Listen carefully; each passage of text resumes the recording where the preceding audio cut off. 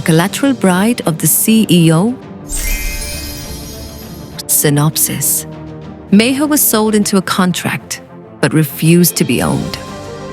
Aaryan married her for power, but couldn't control what she made him feel.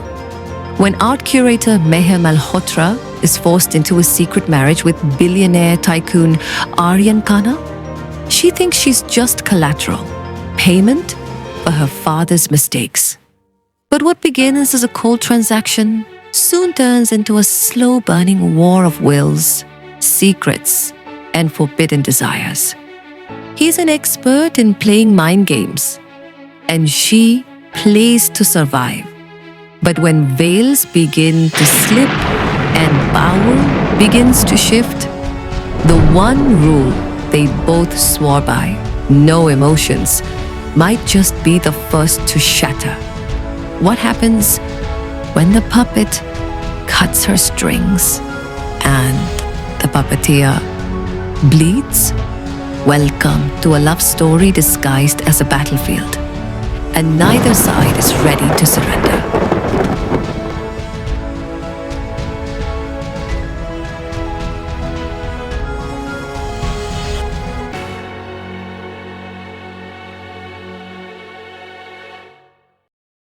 Chapter 1 of Magazines, Men and Mistakes.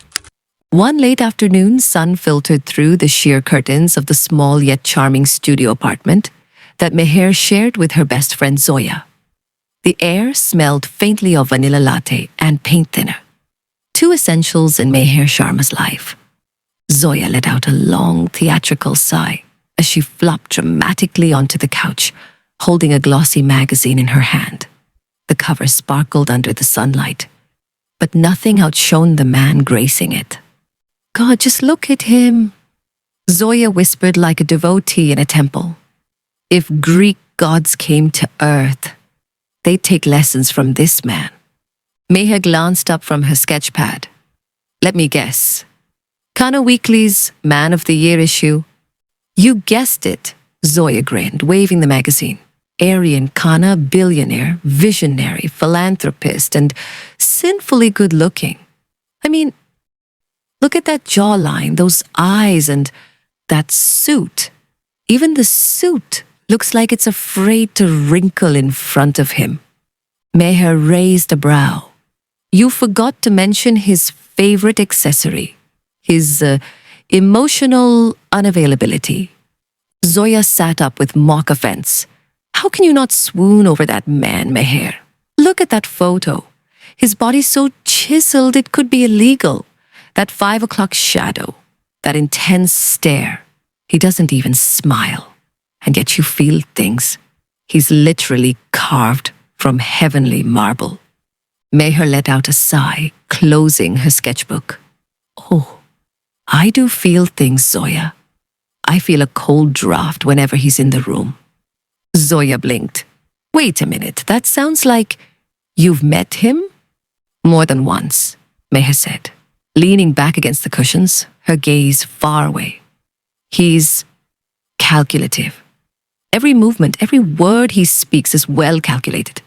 It's like he's 5 steps ahead. He doesn't speak unless necessary. He never smiles. And when he looks at you, his gaze can pierce your soul. Zoya's eyes widened. You make him sound like a villain in a psychological thriller. I think that makes him more attractive. Meher shook her head. Trust me, that man doesn't feel things like normal people do. He operates on power, not passion. And God help the woman who confuses the two. Zoya chuckled. Well, I'd still volunteer for emotional damage. Can you imagine? A wedding in Tuscany, a private jet, diamond bracelets, and above all, a man with that kind of a look and drool-worthy body. And a heart made of stone, Meher added. There was a brief pause.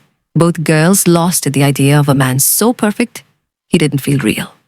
But only one of them knew how real and dangerous Aaryan Khanna could be.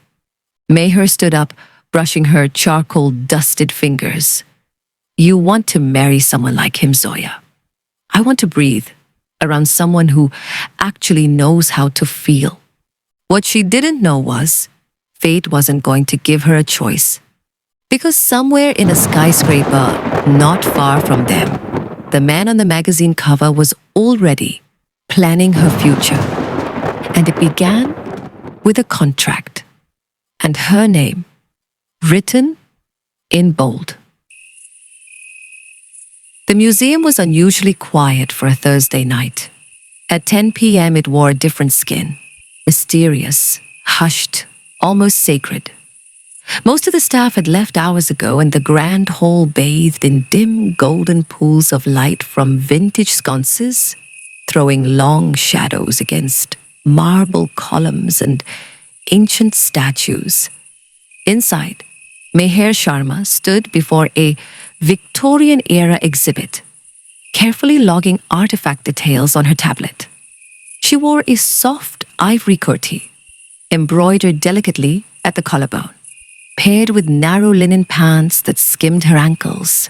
Her long hair was pulled up into a messy bun, a few soft strands escaping to graze her high cheekbones.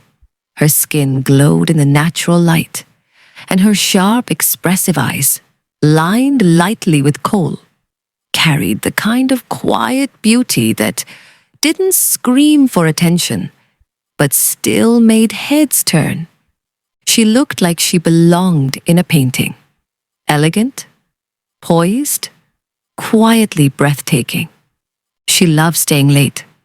This was her sanctuary. But tonight, something in the air pulsed differently. The silence wasn't peaceful. It was expectant. Outside the museum, a sudden screech of tires shattered the stillness outside the arched entrance. Headlights sliced through the dark. A luxury car, midnight black, matte finish, clearly custom-built, came to a sudden halt just inches before the museum steps. Then the car door opened, and out stepped Aaryan Khanna, 6 feet 2 inches of sculpted, tailored masculinity. His black suit hugged him like a second skin, tailored to perfection. Broad shoulders tapering down to a lean waist.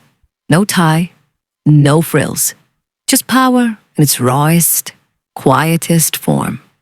The sleeves of his blazer shifted slightly as he moved, revealing a glimpse of his veined wrist and an absurdly expensive watch.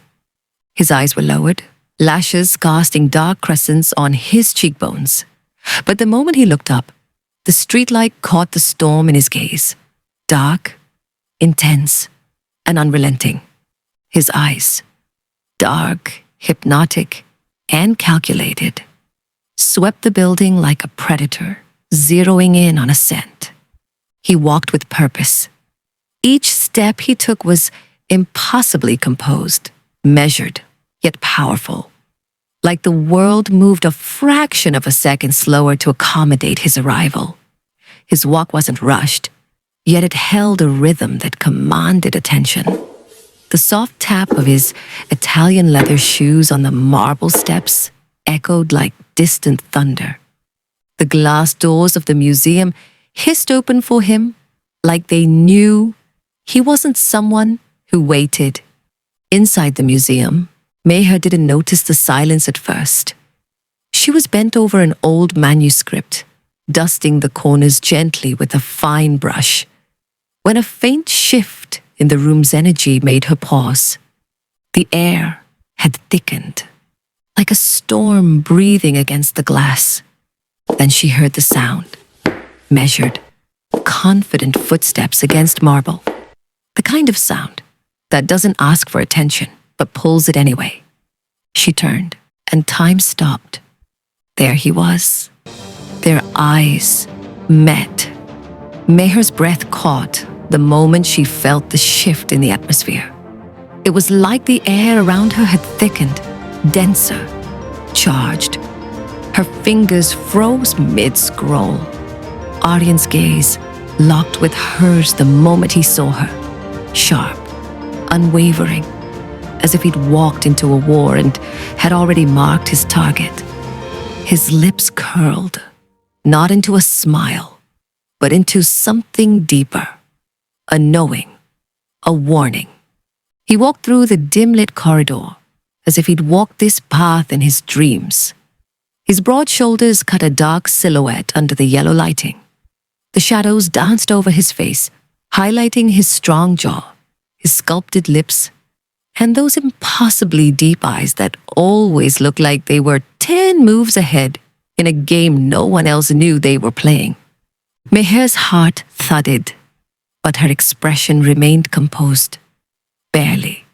He stopped 2 feet from her, so close she could smell his cologne, clean, woody, devastating. There was no expression on his face, but the heat in his eyes could have lit a match. He reached into his coat and pulled out a black envelope. No pleasantries? Who pretends? This belongs to you, he said, voice deep and smooth as sin, placing it deliberately on the polished artifact table beside her hand. His fingers brushed the wood for a second longer than necessary. Calculated? Intentional. Meher blinked, her jaw tightening. Meher glanced at the envelope, then back at him. What is it this time? A bribe? A threat? Dressed as a proposal?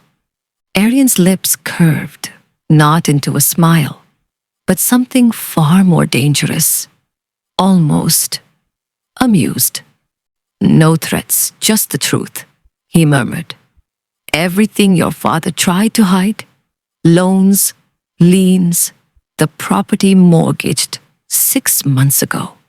Her eyes widened, but she didn't speak. He leaned just slightly closer, his voice dropping. You can walk away from me, Meher, but this envelope won't walk away from your family's future. She stared at him, furious, shaken, stunned, and yet undeniably aware of how close he was, of how his presence ignited something in her she didn't dare name. Aaryan stepped back, calm, in control, the flicker of something unreadable in his gaze.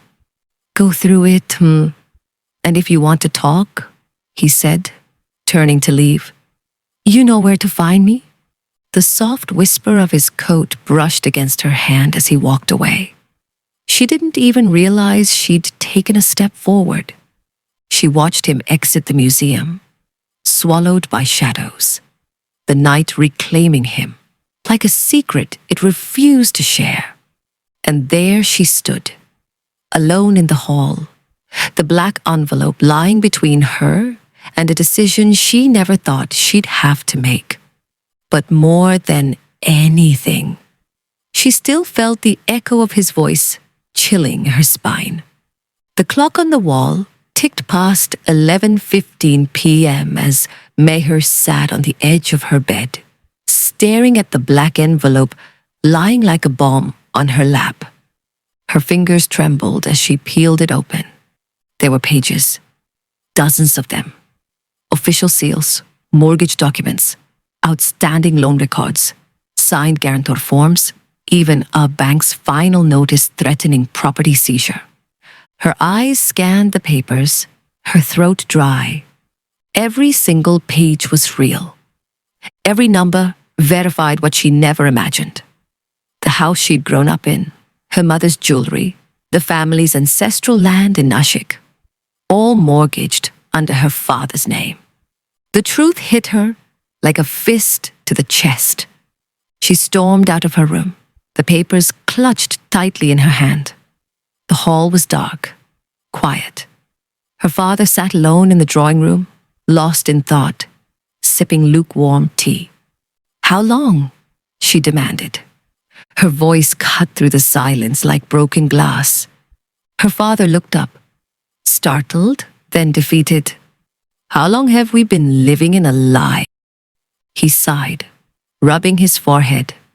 I thought I could manage it. before it reached your ears. You signed everything away, Baba, and Aryan Khanna, of all people, has the paperwork. How? Why him? His eyes filled with shame. He came to me a year ago.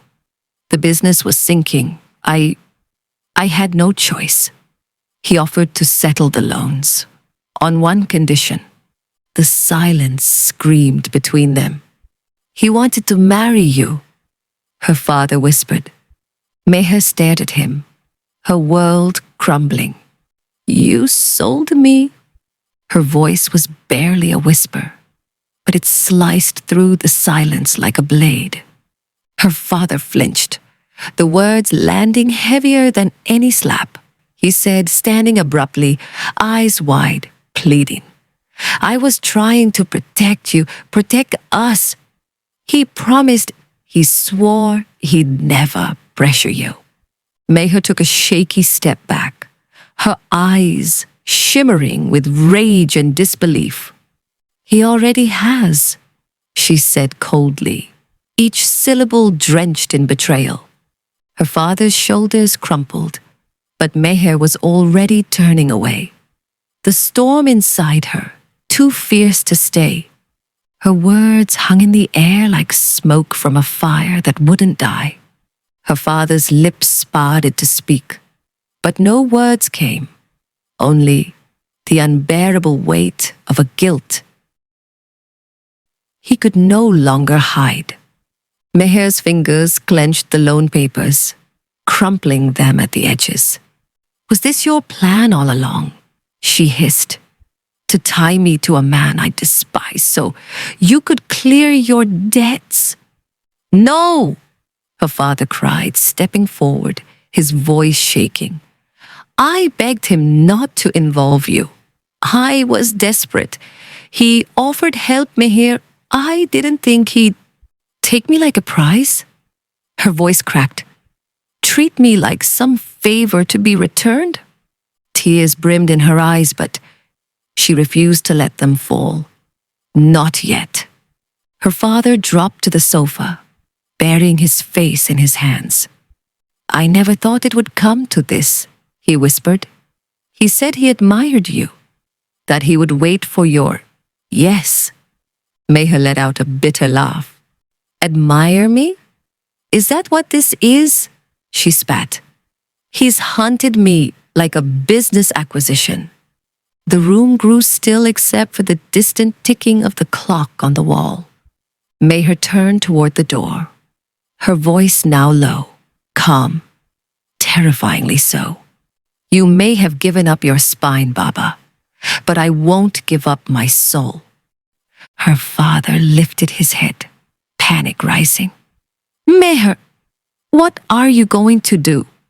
She paused at the threshold, her profile lit by the soft yellow of the chandelier. Her eyes gleamed like steel. I'm going to end this my way. 12:38 a.m. Aryan Khanna's penthouse, Worli.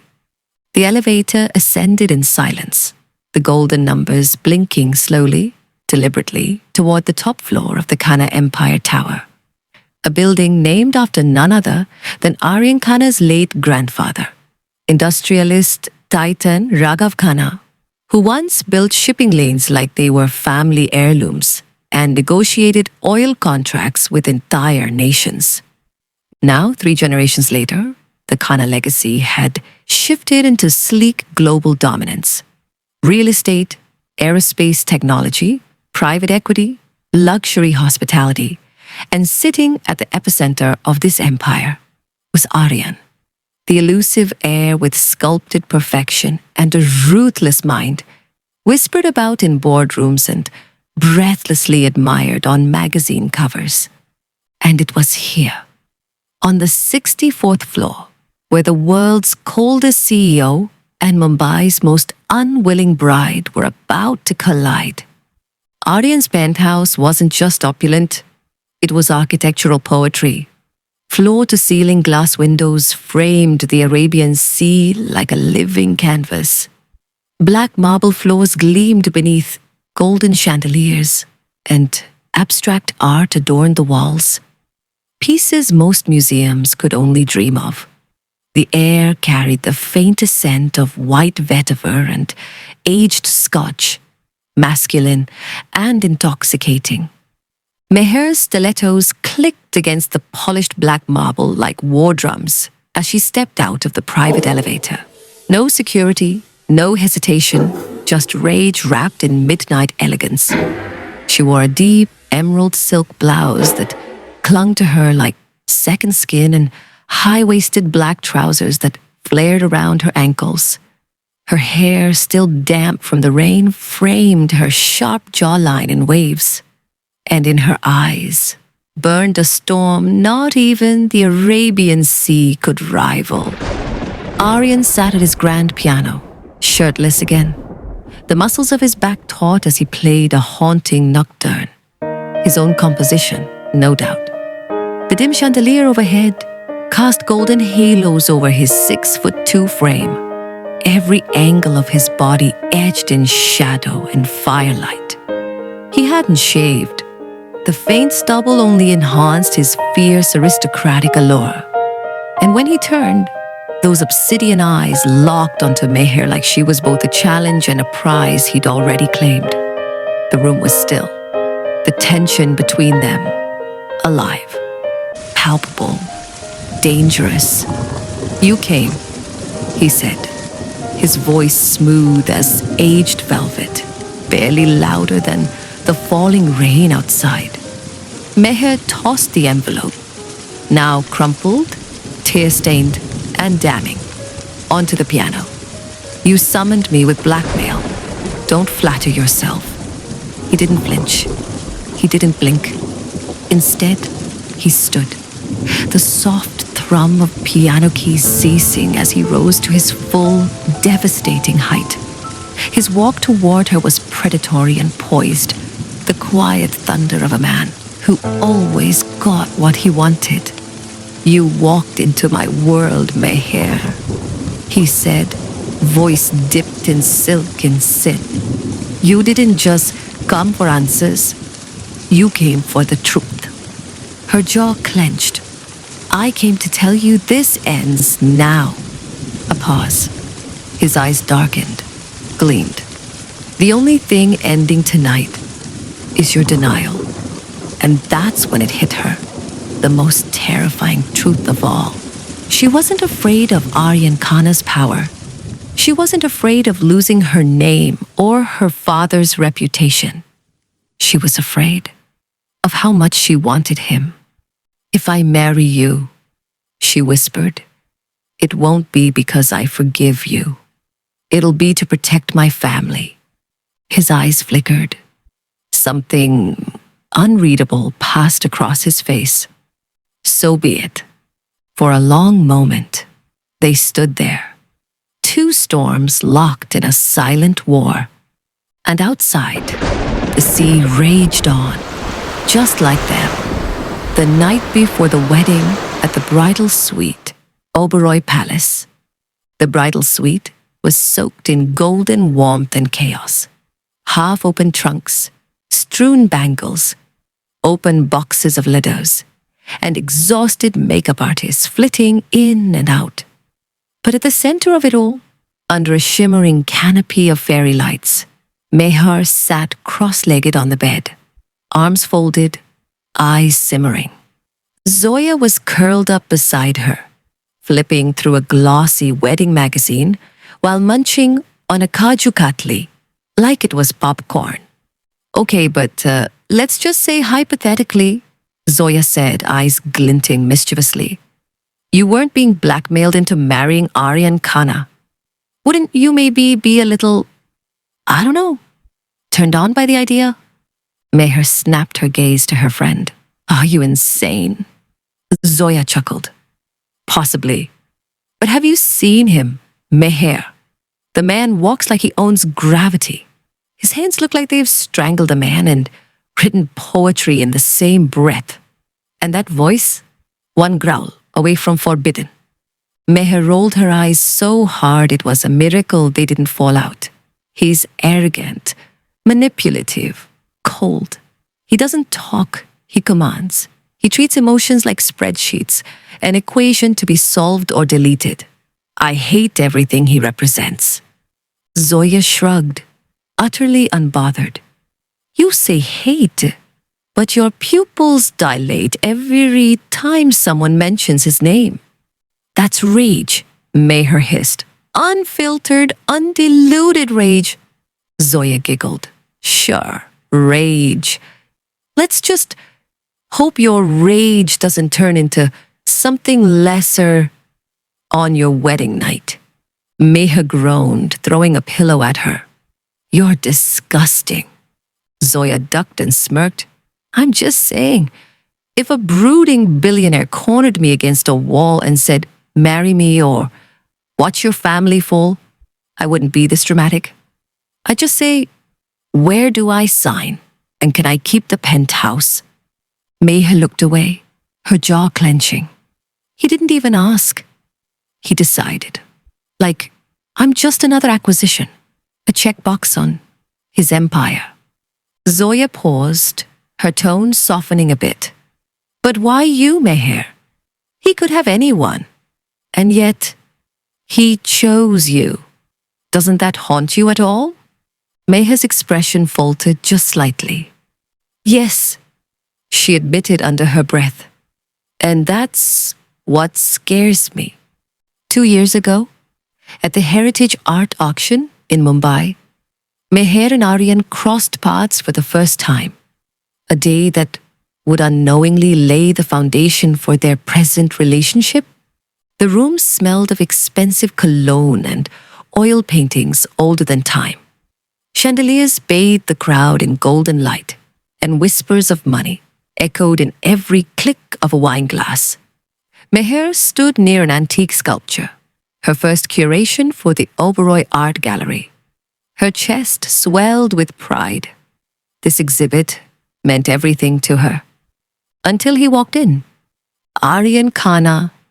He moved through the auction like a phantom dressed in black. His gait was smooth, shoulders squared, lips set in an unreadable line.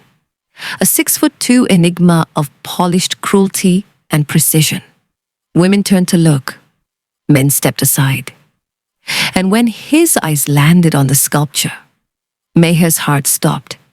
The Maitreya idol, a 10th century rare Tibetan piece, was the centerpiece of her exhibit. Something she'd discovered, fought for, and preserved with near religious obsession. And then, Mr. Khanna has offered 12 crore rupees to acquire the idol for his personal collection, the announcer said, mid-auction. All rights and display permissions will transfer to the Khanna Foundation. Meher froze. She pushed through the guests and strode straight up to him, fury boiling under her skin. You can't just buy it, she snapped, eyes blazing. This piece is not for sale. It's part of a national heritage program. Aaryan didn't flinch. He turned his head slightly toward her. His voice was low and calm, like the eye of a storm. Everything has a price, Miss Malhotra. This one just happened to be 12 crore rupees. His eyes met hers, cold, calculating, unapologetic. Do you always buy your victories like this? She shot back, cheeks flushed with anger. Do you always lose so easily? He replied, then walked away without waiting for an answer. That was the first time he shattered her illusion, that talent and passion could stand up to power. That day, he didn't just take the idol. He took something far more personal. Her belief in fairness, her control, her pride. And ever since then, whenever she saw him in business journals or magazine spreads, the wound twisted a little deeper. Present day, wedding venue, Oberoi Palace, 8:45 p.m. The Oberoi Palace glistened like something out of a fairy tale. Only this one had teeth. The courtyard was drenched in marigolds, golden shears fluttered in the warm desert breeze, and 1,000 candles lit up the mandap like stars had fallen from the sky. The attendees were just the close family, as if he didn't want the world to know about their marriage. Meher stood still, a vision in deep crimson and gold. Her lehenga weighed more than her thoughts, and yet her spine was steel. Bangles clinked against each other with every restrained movement, and her coal-lined eyes burned with a kind of rage only betrayal can feed. And then Aaryan Khanna appeared, wrapped in an ivory shawani that looked carved rather than stitched, a blood-red stole over one shoulder, and that same expressionless face that had haunted her dreams and waking hours. His eyes were unreadable beneath the flickering mandap lights. His presence commanded silence. He stood across the holy fire, his gaze never leaving hers. Not once, not blinking. The priest chanted mantras. His mother smiled. Her father's hands trembled as he tied the sacred knot. "Why?" she whispered, facing Aaryan. "Why are you doing this to me?" Aaryan's jaw flexed slightly. Still he said nothing. "Say something, damn you," she hissed. His gaze held hers, still cold, still cruel. But something flickered beneath. Not regret, not apology. Something darker, possessive, quietly tormented. And then, finally, a voice. Low, grating, and unshaken. "You belong here," he said simply, "with me, whether you admit it now or not." Meher's lips trembled. "I hate you." Aaryan stared at her for a long, haunting beat, then turned to the priest. "Let's finish this." He didn't hold her hand. He didn't look back. And yet, his silence was louder than any plea. And in Meher's chest, something ugly stirred. Something she wasn't ready to name yet. Not love, not submission, but something that scared her even more than hate. Wedding night. Aaryan's penthouse, 12:30 a.m. The penthouse glittered with low golden lights, its massive glass windows catching the moonlight off the sea. The city shimmered in the distance, unaware of the storm brewing behind those designer curtains. Meher stood by the carved four-poster bed, her wedding jewelry, now heavy chains around her neck. The silence was thick, unnatural. The air conditioner hummed faintly. Somewhere in the corner, fresh white roses filled a crystal vase, mocking her with their softness. She heard the elevator slide open, and then he entered. Aaryan, still in his shawani, collar loosened, face impassive.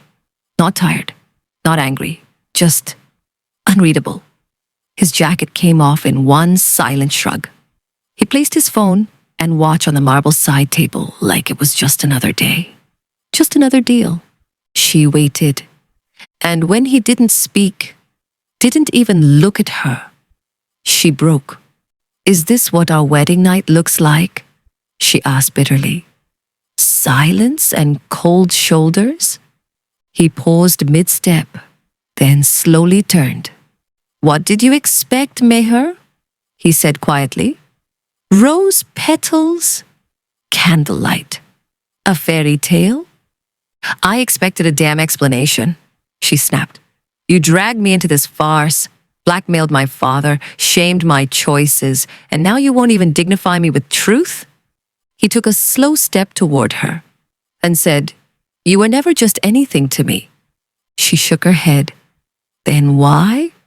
Why force a woman who doesn't love you?" He stopped just a breath away from her now. His voice dropped, low, dangerous, almost vulnerable. "Because you're the only one who doesn't worship me. You're the only one who looks at me like I'm nothing. and that drives me insane." Her breath hitched. He raised a hand but didn't touch her, just hovered his fingers near her cheek. "You see the worst in me, and still, here you are." His words fell like a bomb. Her face went blank. The fire in her eyes dimmed. But it didn't die. It froze into something lethal. "It's better if we keep expectations minimal," he said, moving to the minibar. "It'll be easier for both of us." "Then why the grand wedding? Why the charade? Why didn't you just buy me off like one of your art pieces?" He took a sip of whiskey, eyes still fixed on her. "Why just buy you, Meher? That would have been far too easy. Too boring. No thrill at all. But watching you crack, inch by inch, watching that fire in your eyes flicker, your pride chip away like porcelain under pressure. Now that's a game worth playing. I don't walk away from a game I haven't won. And you were never just a girl. You were the prize. Walking away from you would have meant surrender." Her breath caught. "That's pure evil," she said, almost a whisper. He laughed once, short, humorless. "Love is a liability. I prefer control." Meher stared at him, as if seeing him for the very first time. And something inside her cracked, not out of weakness, but fury, pride. She removed her heavy dupatta and dropped it on the floor. "Then you've bought yourself the wrong girl, Aaryan Kana. I don't break, I don't beg. And I will never belong to a man who doesn't even see me as a person." He met her eyes. "Good," he said coldly. "That makes two of us." She turned to face him fully, her expression unreadable. "Fine. You want a deal? Here's mine. I'll stay in this gilded prison. I won't run. I won't create a scandal, but only until my father's debts are paid. Once they're cleared, I walk, alone, free, from this loveless mess." Aaryan stared at her for a long beat, something unreadable flickering in his eyes. Then, with deliberate calm, he walked over to the minibar and poured himself a drink. "Done," he said. She blinked. "That's it?" "On one condition," he added smoothly. "You work at my company. Every rupee you earn goes toward your father's debt. That way, you pay it off yourself, honorably, on your own merit." He took a sip of whiskey. "You're so proud of your strength, Meher. Let's see how far it carries you." She hesitated, then gave a single, curt nod. "Fine." She didn't realize until much later. It wasn't a lifeline. It was another trap, one that would keep her tied to him, closer than ever. And then he walked out, left her alone in that golden cage of a bedroom with nothing but her echoing heartbeat and 1,000 unanswered questions. But as the door shut behind him, Meher didn't cry. She didn't collapse. She straightened her spine, wiped the emotion off her face, and whispered to herself, "You want war, Aaryan Kana? Then I'll give you a war you'll never forget." Next morning, Aaryan's penthouse, 8:05 a.m. Meher emerged from the guest bedroom like a verdict delivered, dressed in a sharp beige pantsuit, hair pulled into a no-nonsense ponytail, lips matte, eyes razor-edged. Not a trace of softness. She didn't look like a newlywed. She looked like the storm that hits after the silence. At the breakfast bar, Aaryan sat like a king in exile, shirt sleeves rolled up, tie undone, black coffee in one hand, morning papers in the other. He didn't glance up. He didn't need to. "You're early," he said, voice flat as steel on glass. "You're late." Meher shot back, snatching a slice of toast with military precision. Her tone? ice with a pulse. You said 8 a.m. sharp. I don't intend to give you any reason to call it a breach of contract. He looked up now, slowly. The corners of his mouth tugged in something between a smirk and a warning. So formal. He murmured, "Is this your idea of a honeymoon?" She crossed the room, hands tucked into her pockets like loaded weapons. "This is business, Mr. Khanna, just like everything else between us." He took her in then, every line, every angle. Not like a man undressing a woman with his eyes, like a CEO assessing a threat in a boardroom. "You clean up well, Mrs. Malhotra? Or should I say, Mrs. Khanna? Don't get used to it," she said coolly, already turning away. But at the door she paused, just long enough to make him wonder. "One more thing," she said. Voice low but lethal, eyes locked on his. "I don't mix personal with professional. So whatever happened last night, it stays out of the office. I'm here to work, not to feed your ego." A slow, dangerous smile stretched across his face like a shadow, creeping under a closed door. "Oh, Meher," he said, voice a purr laced with poison. "The office is my ego." She didn't blink, didn't even breathe. "Then consider me your internal audit." And with that, she was gone, leaving behind only silence. And the echo of war declared, Astra Project Boardroom, 10:45 a.m.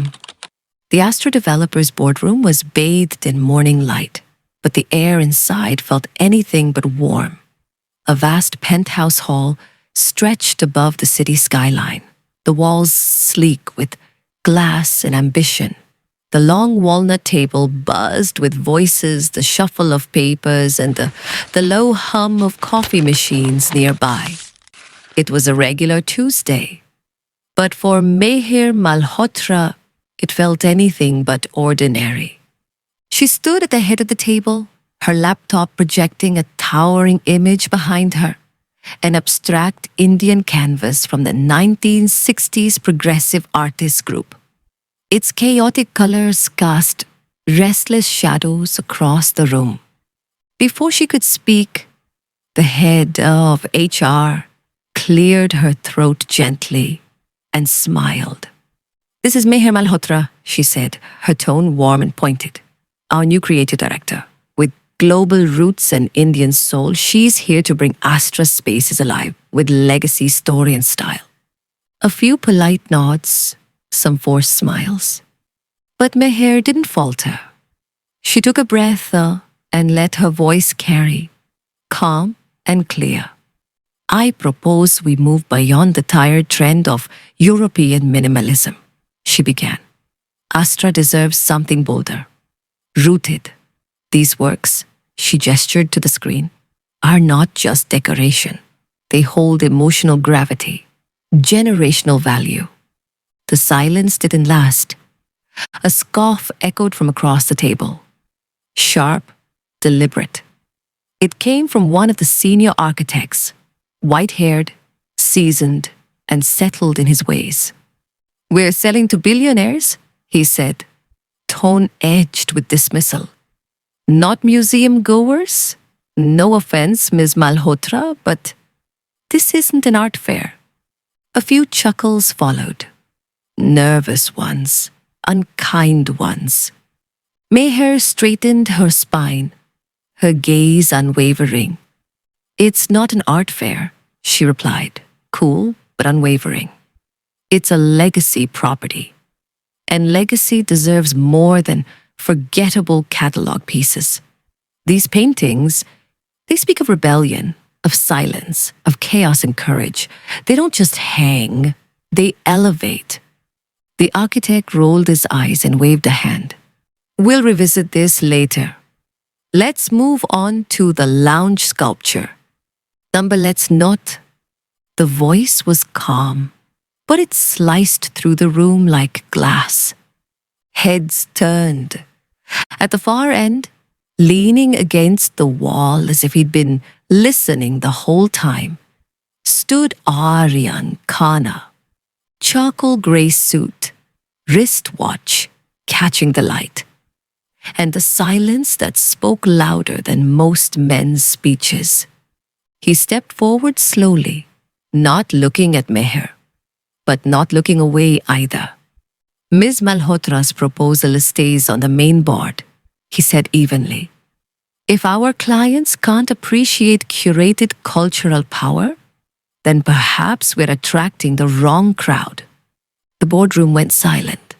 The architect stammered a quiet apology, shrinking back into his chair. Meher didn't smile, didn't flinch. She simply clicked to the next slide on her presentation, like nothing had rattled the table. But something had shifted, not in the room, in the space between her and Aaryan.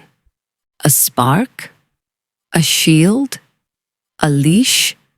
She wasn't sure, but she felt it. A pull, a chain, and it was tight. Executive Lounge, that afternoon, 4:16 p.m. The espresso machine hissed, a low growl in the marble and velvet quiet of the executive lounge. Meher stood by the floor-to-ceiling glass, the city glittering like scattered jewels below. Her reflection looked back, calm, poised, anonymous. Not a wife, not a pawn, just Meher Malhotra, lead curator for the Astra project, responsible for sourcing a collection of rare, era-defining artworks for Aaryan Khanna's next luxury masterpiece. The marriage, the contract, the deal. It was invisible here. And so was she, at least to everyone else. To him, that was another game entirely. She sipped her espresso, cold by now, but her fingers tightened around the cup.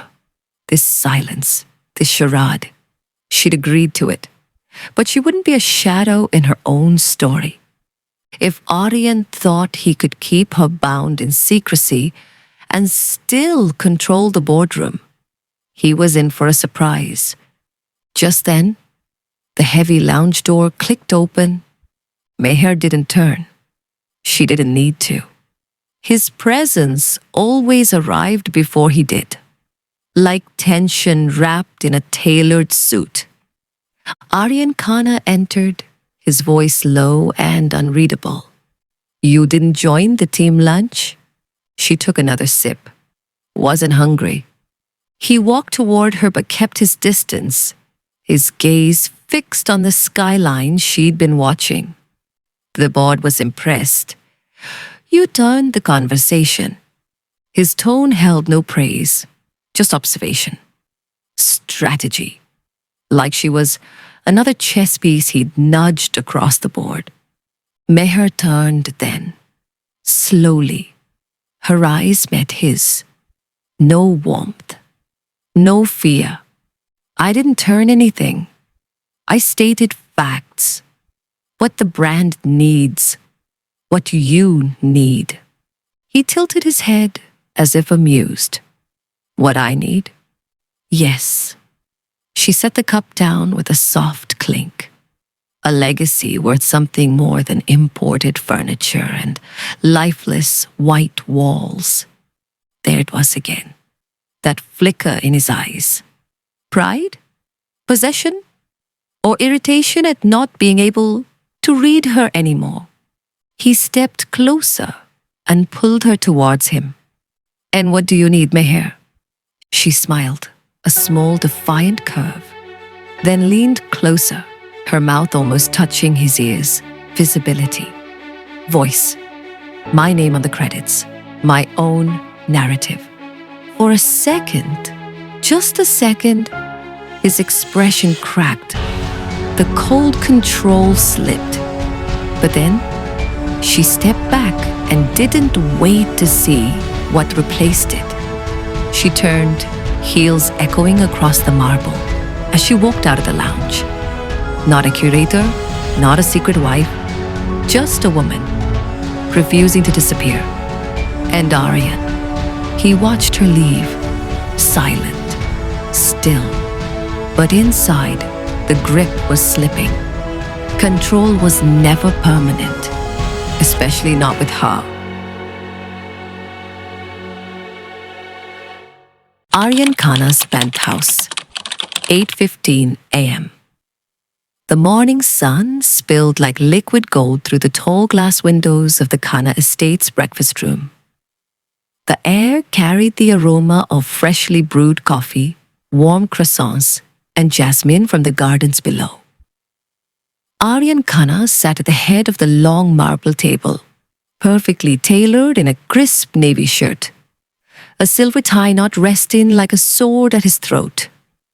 His wristwatch ticked to 8:17 a.m. He didn't check it again. His eyes occasionally flicked to the hallway beyond the glass doors. He'd said they could have breakfast together, brief, professional, civil. He expected her. He never said it out loud, but he expected her. She didn't come. Instead, a house attendant appeared, clearing his throat with the quiet decorum of someone used to Aaryan's moods.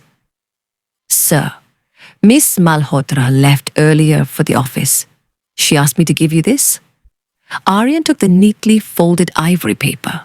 The scent of her perfume lingered on the edges, soft, floral, with a bite of pepper. He unfolded it. "Aaryan, legacy is not built in conversations over buttered toast. It's carved in places that echo with risk. You'll find my proposal where it belongs, on your desk. See you at Ashtra." Meher. He let out a dry, humorless chuckle. She'd walked right out of his house and into his boardroom battlefield. Bold move. By 9:30 a.m., he was seated in his high-backed chair at Astra Art Division. His domain, his rules. And still, the phantom of her absence that morning clung to his collar like smoke. His assistant entered with a deep blue folder in hand, the Astra crest gleaming in gold. "Sir, Miss Malhotra submitted a revised concept for the East Wing Gallery. She suggests converting it into a rotational exhibition space for modern Indian expressionism. There's a curator's note." Aaryan opened the folder. He already knew what it would contain. It was her voice without her presence again. Curator's note.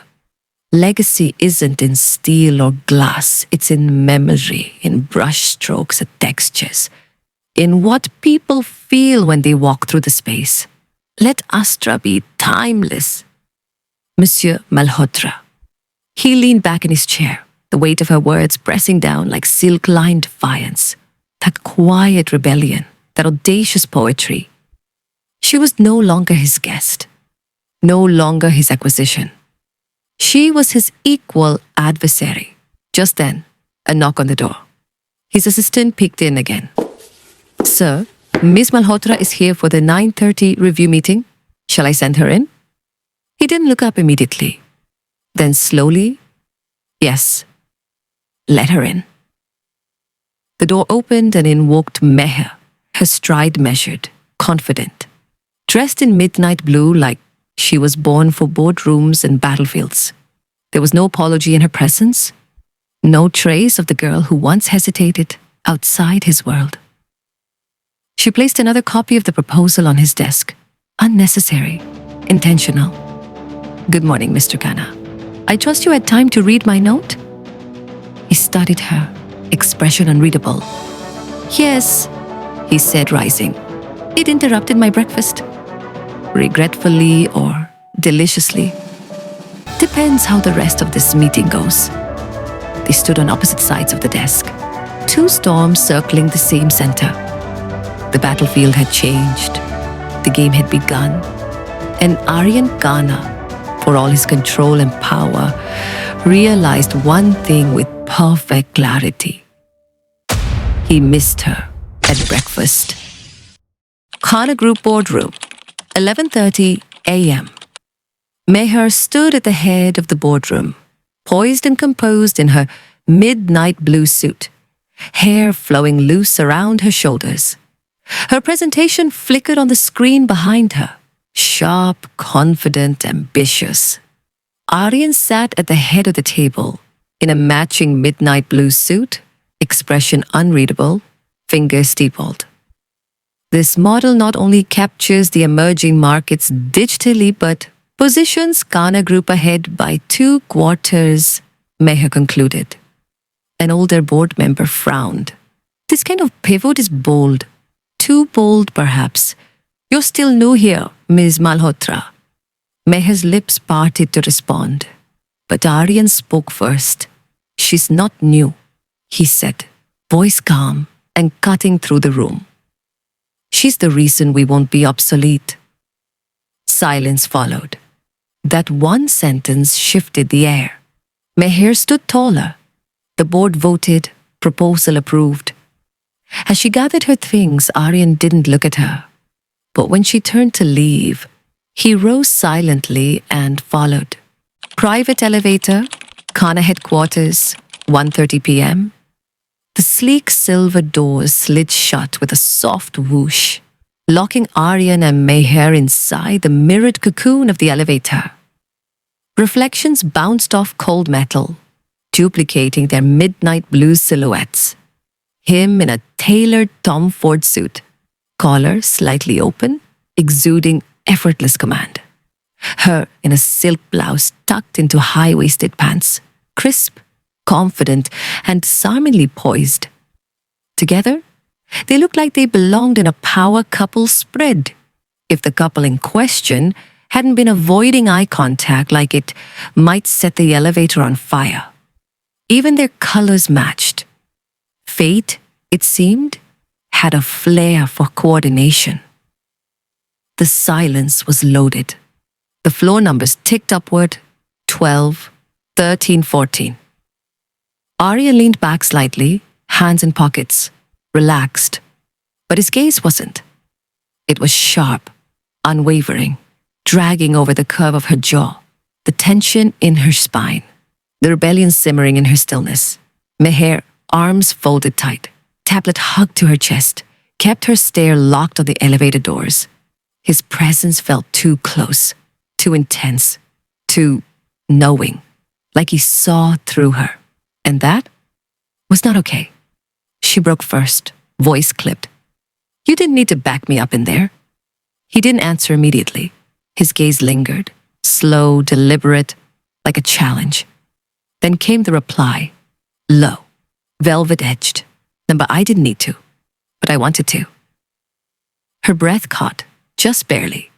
A flicker of irritation crossed her face, tinged with something else, something warmer, riskier. Before she could fire back, her phone buzzed in her hand. She glanced down. Zoe, heart, heart, heart. Aaryan's eyebrow lifted. That name and the emoji overkill were all the invitation he needed. With one quick motion, he pressed the green button and turned on the loudspeaker. Meher hissed, News really not too late. Zoya's voice exploded through the speaker. Is he with you? No, right. I didn't call for excuses, just listen. Meher flinched, angling the phone away, but Aaryan was already grinning. Zoya, what now? It's my birthday this weekend and I've finally decided what I want. Meher sighed. If it's another Prada bag, nope.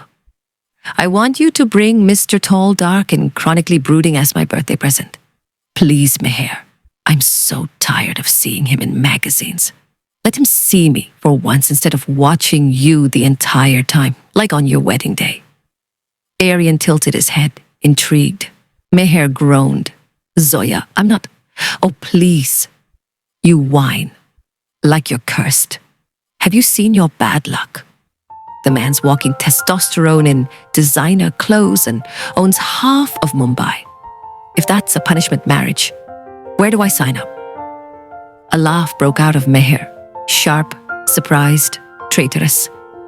She clamped a hand over her mouth and turned, but Aaryan gently caught her elbow and drew her back again. Zoya, not done. In fact, dear Lord, if you're listening, send me a rich, rude, painfully hot husband with a private jet and a tragic backstory. Amen. Meher was pink from ears to neckline. "I'm hanging up now," Zoya shrieked. "Don't you dare. Ask him if he's single on weekends." Click. The line went dead.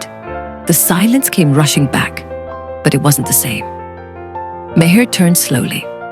Aaryan was watching her, arms crossed, expression unreadable, except for his eyes. His eyes were pure mischief. "So," he drawled, voice like dark molasses. "A birthday request?" She narrowed her eyes. "Don't flatter yourself." "I wasn't." He stepped closer, lowering his voice just as the elevator dinged. "I was wondering what I should wear." She didn't answer, just turned and walked out, fast. Behind her, he chuckled. Software, amused, a little smug. And for the first time in days, her silence wasn't cold. It was blushingly, hopelessly defeated. Zoya's birthday surprise, Aaryan's penthouse, Friday evening, 9:30 p.m. The city sparkled below Aaryan's penthouse like scattered diamonds. Floor-to-ceiling glass walls framed the skyline, but all Meher could focus on was him, stepping out of his walk-in closet like a runway predator. Aaryan was dressed in an immaculate Tom Ford black suit, crisp white shirt, designer shoes, and cufflinks that could pay rent for a year. And that gaze. She blinked, stunned. "Seriously? That's your idea of low profile?" He adjusted the sleeves with calculated grace, like he had every intention of showing up to her best friend's birthday, like it was a Met Gala. "It's just a suit," he said smoothly, voice low. Meher narrowed her eyes. "No, it's an announcement. You walk into Zoya's party dressed like that. Someone's definitely going to propose. And it won't be me." His brow arched.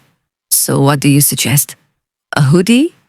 She marched past him, flung open his other wardrobe, and in seconds pulled out a sleek, matte black sleeveless Balmain hoodie, tossing it at his chest. "Wear this." Aaryan caught it midair, amused. "You're styling me now? You wanna pass off as not a billionaire? Then stop looking like one. Wear that. With the black Dior trousers, lose the shirt, keep the edge. And shoes? Those Saint Laurent sneakers and..." She rifled through a drawer and pulled out a half face mask, jet black, seamless, mysterious. "This." He stared at the mask. "Planning a heist?" She folded her arms. Zoya's building has 3 influencers, 2 desperate single women, and her aunt who thinks a Rolex means engagement. "You'll thank me later." With a slow smirk, he turned and walked back into the closet. A few moments passed. Then he stepped out again. And Meher forgot how to breathe. The sleeveless hoodie hugged his form like second skin. The designer trousers sat just right. His hair was perfectly tousled.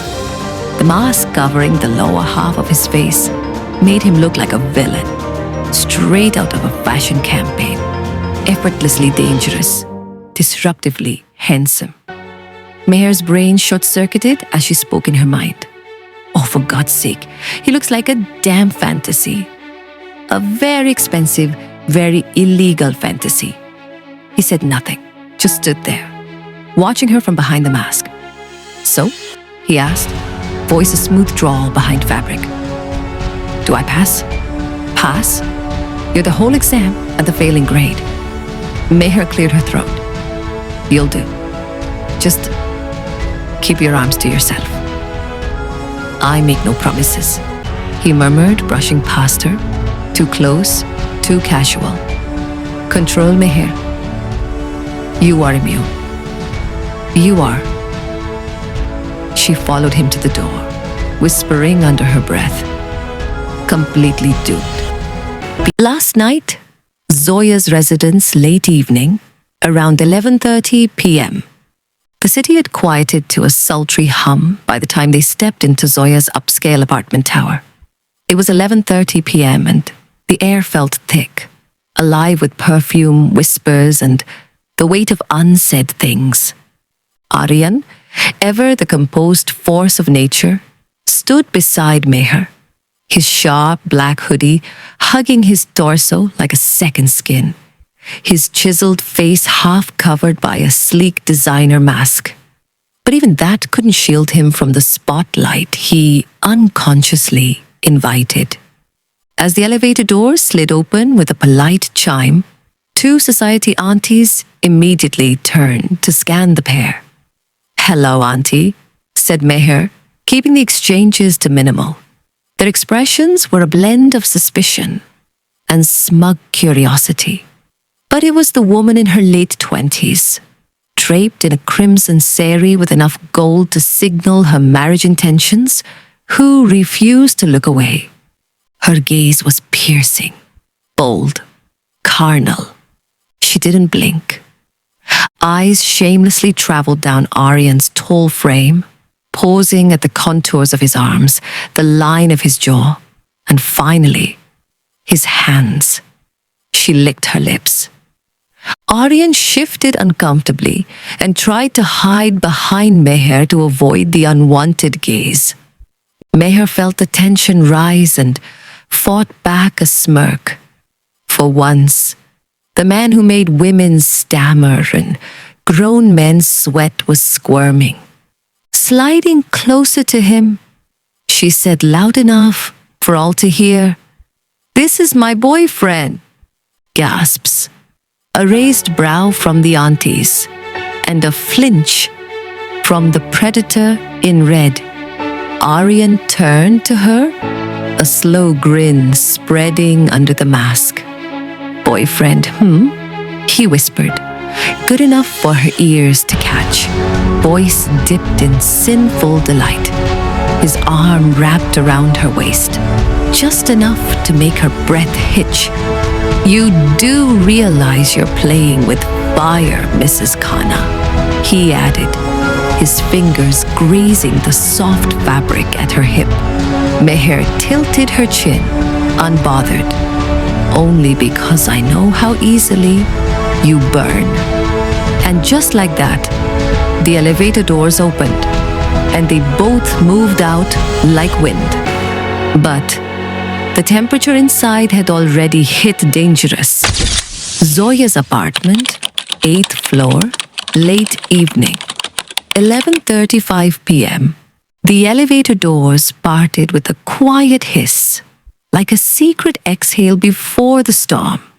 Meher stepped out first, grace wrapped in panic, heels clacking against polished marble as she tugged Aaryan by the wrist.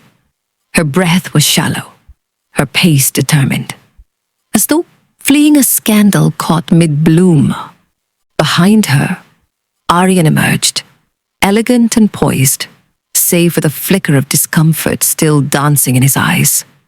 The predatory gaze of the woman in the red sari from the lift clung to his skin like smoke. Meher, muttering under her breath, "If we'd stayed 10 more seconds, I'd have had to file a harassment complaint. On your behalf." She jabbed the doorbell, twice, sharp, commanding. And then Zoya appeared, tripping in sequins, cupcake in one hand, gossip-ready grin in the other.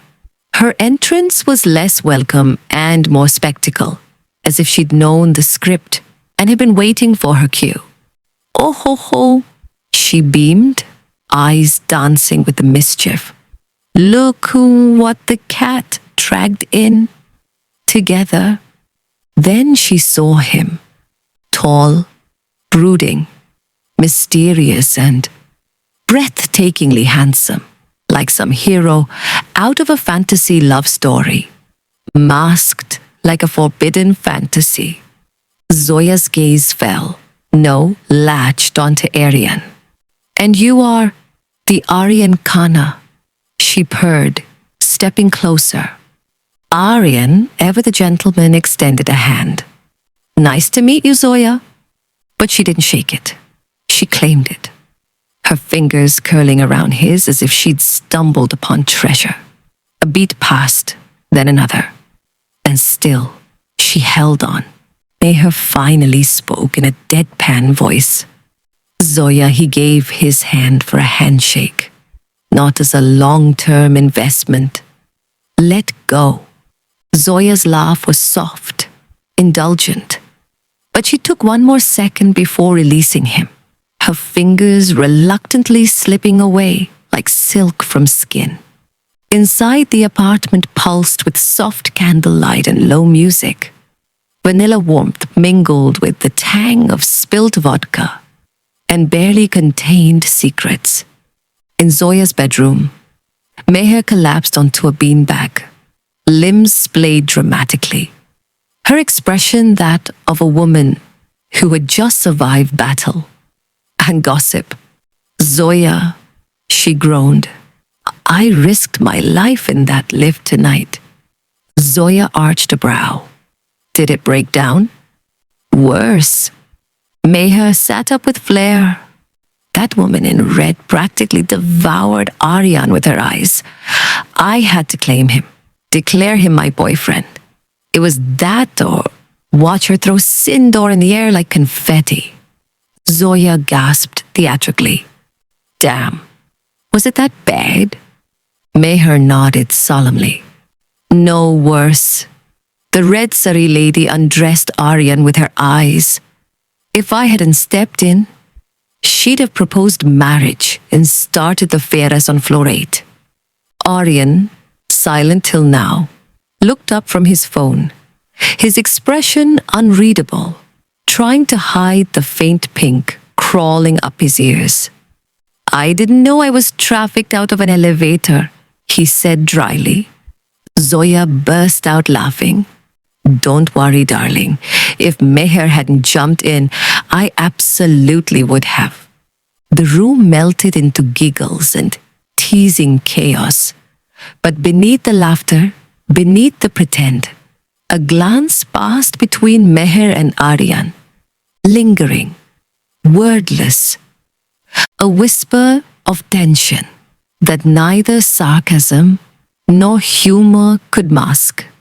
For in the war between hate and desire, sometimes the battleground was an elevator, and the victory was a cupcake. Meher was curled on the beanbag, arms folded, silently observing Aaryan scroll through his phone with that maddening calmness.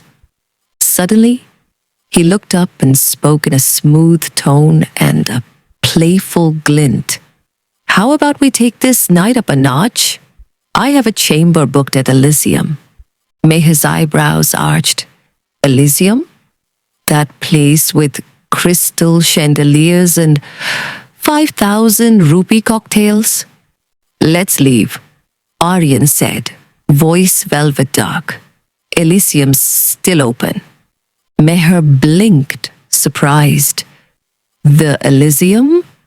He leaned in, elbows on knees, voice barely above a whisper, but enough to stir goosebumps along her skin.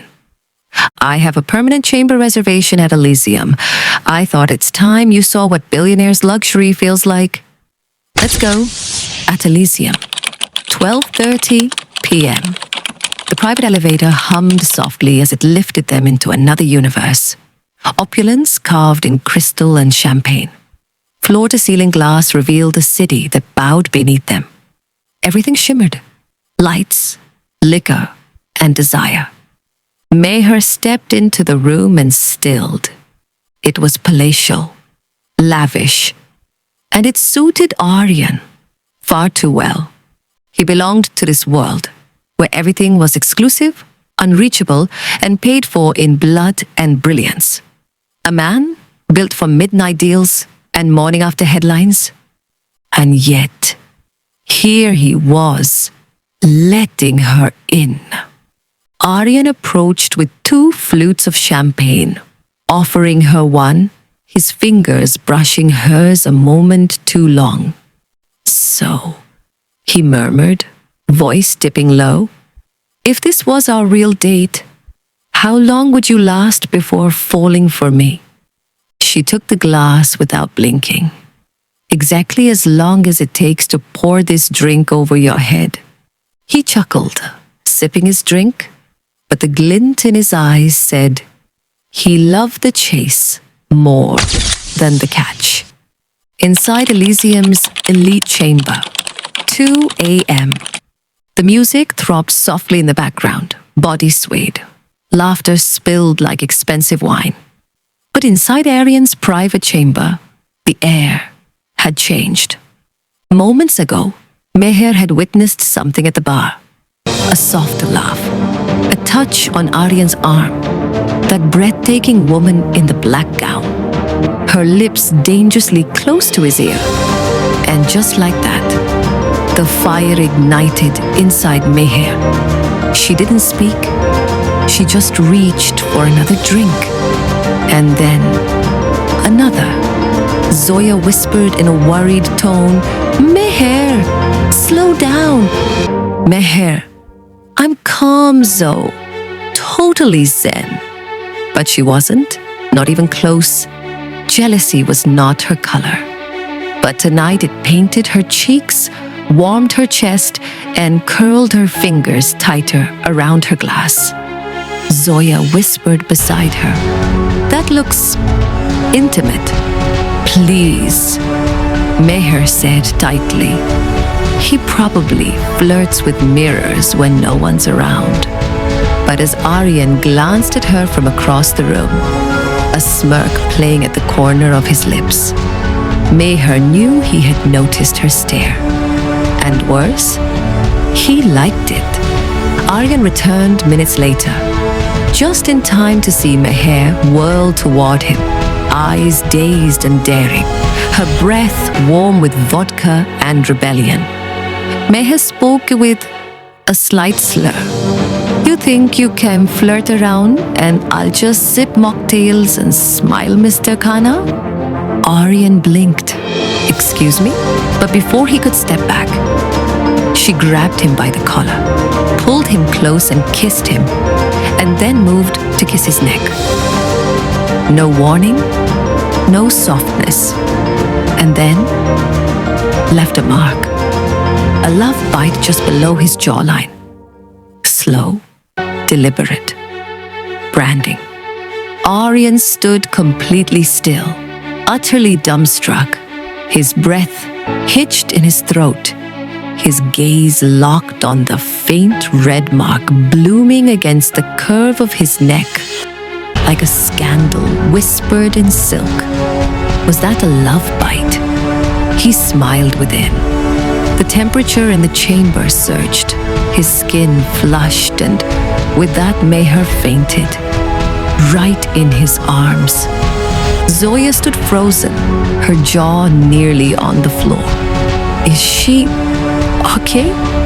Aaryan, cheeks flushed, still composed, adjusted Meher gently in his arms. Managing his composure, he said, "She'll be fine. She just needs rest and water. Maybe 10 years of therapy." He carried Meher like she weighed less than air, his arms cradling her with the gentleness of a man holding something far too precious to break. And as they moved down the grand marble corridor of Elysium, it wasn't just a walk. It was a cinematic spectacle.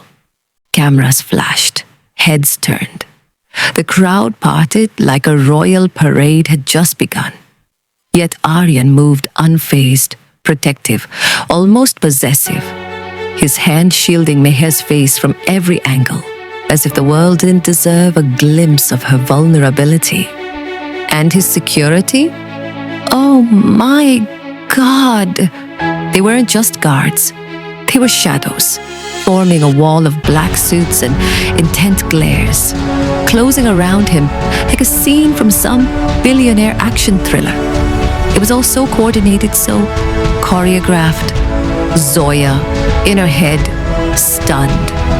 What even is this man? Is he for real? Did I just witness a live scene from a Shah Rukh meets James Bond crossover? Every second felt like watching the climax of a blockbuster movie. Only the heroine was passed out, and the hero looked like he was about to burn the world down if someone as much as blinked wrong. And Zoya, she just followed, slack-jawed, starstruck, utterly speechless. Because damn, Aaryan Khan didn't just exist in the world. He owned every frame of it. Aaryan's penthouse, 3 a.m. They entered the penthouse in a hush, like an unfinished sentence. The city skyline sparkled behind the glass walls, indifferent and glittering, as if unaware of the storm that had passed. Aaryan carried Meher into his master bedroom, the rich interiors drenched in shadows and understated opulence. With careful precision, he laid her on the silk sheets, her lashes fluttering against flushed cheeks. Her breath was shallow. Her scent, heady with wine and something dangerously feminine, lingered on his skin. He turned to Zoya, his tone clipped yet composed. "Can you help change her clothes? She needs to rest. Give her this." He extended a freshly pressed, oversized white shirt. His shirt. Zoya's eyes sparkled with teasing suspicion. "You've got a type, huh?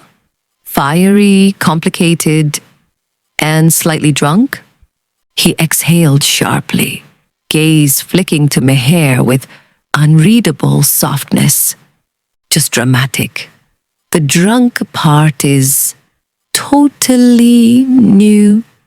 Zoya chuckled and guided Meher gently. She curled up beside her, on the bed, a friend shielding another from the debris of a night that had unraveled far too many emotions. Aaryan turned on his heel, walking out with practiced calm, but beneath the still exterior, his pulse raced. Inside his study, he poured himself a glass of water, then another. The silence echoed, thick with something unsaid. His fingers drifted to the side of his neck, where her lips had touched him. A graze of desperation, a half-drunk, full-hearted mark of something she hadn't meant to leave.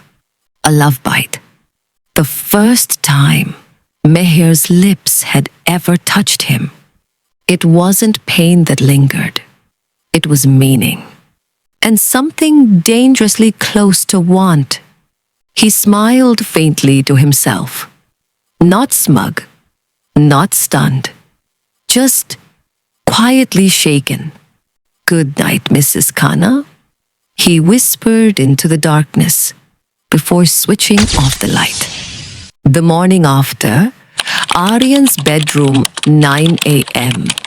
A golden sliver of morning light slipped past the sheer curtains of the penthouse bedroom, casting a honeyed glow across the sprawling king-sized bed. The silk sheets were creased, the scent of roses, champagne, and something dangerously magnetic still lingered in the air. Meher stirred, lost in slumber, a picture of chaos and calm. Aaryan's crisp white shirt hung loosely on her slender frame, the fabric bunched slightly at her waist, one side scandalously slipping off her left shoulder, exposing sun-kissed skin. Her dark hair tumbled over the pillows, cheek pressed into the plush linen, lips parted in soft, wine-heavy sleep. She didn't belong there, but she fit there, like temptation incarnate, curled into his world. The door opened with the softest click. Aaryan Khanna stepped in, towel slung carelessly around his neck, droplets of water still clinging to his chest from his morning swim. His black joggers rode low on his hips. But it wasn't just the heat on his skin that made his pulse shift. It was her, sleeping in his bed, wearing his shirt, looking like every forbidden dream he'd once dared not entertain. He paused at the foot of the bed, arms crossed, gaze sharp, burning a trail across her exposed skin. The swell of her thigh, just visible where the shirt had ridden up. A slow smirk curved his lips, one that spoke of pride, mischief, and the tiniest flicker of surprise. She had fought him for every inch of power, every stare, every word. And now, she slept where no other woman had ever dared. He stepped closer, his voice a velvet murmur dipped in heat. "Good morning, Mrs. Aaryan Khanna." She didn't stir. He arched a brow. "So you finally climbed into my bed." His chuckle was soft, low, barely more than breath, but it echoed like a challenge. He leaned over her, placing one hand on the mattress, the other brushing a strand of hair from her face. Her cheek twitched under his touch, her lips moving in a half-dreamed protest. God, she looked intoxicating. He dipped closer, so close that his breath tickled the edge of her jaw. For a second, his lips hovered near her skin, as if pulled by gravity and the echo of what they could never admit. But he didn't kiss her. He exhaled slowly, eyes drinking her in one final time, then straightened. No, not like this. Not while she didn't even know she was unraveling him. With a last glance at her peaceful face, he whispered under his breath, a devilish smile playing on his lips. "Careful, Meher. You're waking things neither of us are ready for." And just like that, Aaryan turned and walked away, leaving a silence charged with everything he couldn't say and everything she might remember. Aaryan's penthouse, dining area, 10 a.m. Sunlight poured like honey through the sheer curtains, casting a golden glow on the minimalist luxury of Aaryan Khanna's penthouse. The breakfast table was a portrait of understated elegance. Fresh fruit, pressed juice, artisanal croissants, and one woman with absolutely no filter. Zoya, seated comfortably at the table in one of Aaryan's oversized hoodies. She was sipping her orange juice like it was gossip in liquid form. Aaryan, across from her, had his usual poise. Black shirt, silver watch, jawline taut with restraint. That is, until... Click! Meher entered the room, dressed in his oversized white shirt, bare legs, tousled hair, and a very confused expression. She looked like a walking contradiction. Bashful innocence wrapped in last night's scandal. Aaryan looked up from his coffee and forgot to blink. Meher cleared her throat as she slowly stepped into the living room, her voice groggy. "Morning. Sorry, I don't quite remember how I got to bed." Zoya's grin was instant, wicked, like a cat who'd caught the canary and planned to make a slideshow about it. She took a sip of her juice and dramatically declared, "Oh, sweetie, if only you remembered. It was wild." Meher froze mid-step, one brow shooting up. Across the room, Aaryan looked up from his coffee mug, a silent warning in his eyes. Too late. Zoya leaned forward, her voice dropping into a sultry whisper, like she was reading out loud from an erotic novella. "You were virile. I mean, I tried to sleep. Really, I did. But the sounds coming from the master bedroom?" She clutched her chest with mock shock, like a slow-burn romance novel on surround sound. Meher blinked, stunned, her brain struggling to reboot. The words just slipped out of her mouth in a soft whisper. Where, what, Zoya nodded with absolute seriousness. You called him Aaryan exactly 6 times before biting him like a cupcake. Poor guy. I thought you'd consume his entire modesty. Aaryan choked on his coffee. Meher gasped, pure innocence wrapped in disbelief. I did what? Zoya leaned back, devilish delight dancing in her eyes, and pointed, ever so casually, to Aaryan's neck, where the faint outline of a love bite still lingered. She smirked. Exhibit A. Aaryan, caught between a blush and a smirk, rubbed the back of his neck and shot Meher a sideways glance, one hot enough to melt marble. Playing along, he quipped, I've had worse injuries. Meher groaned and covered her face. I hate you both. Zoya sang sweetly, Love you too, Mrs. Khanna. The room erupted with laughter. Even Aaryan chuckled, though his eyes lingered on Meher a little longer than they needed to. And as Meher sat down, cheeks still glowing with embarrassment, she couldn't help but notice 2 things. His shirt still smelled like him. And maybe, just maybe, she'd left her mark on more than just his skin.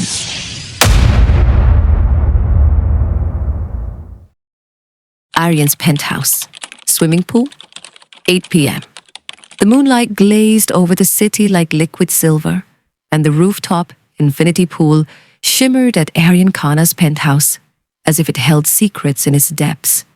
The glass walls of the penthouse offered no modesty, just sleek edges and dangerous silhouettes.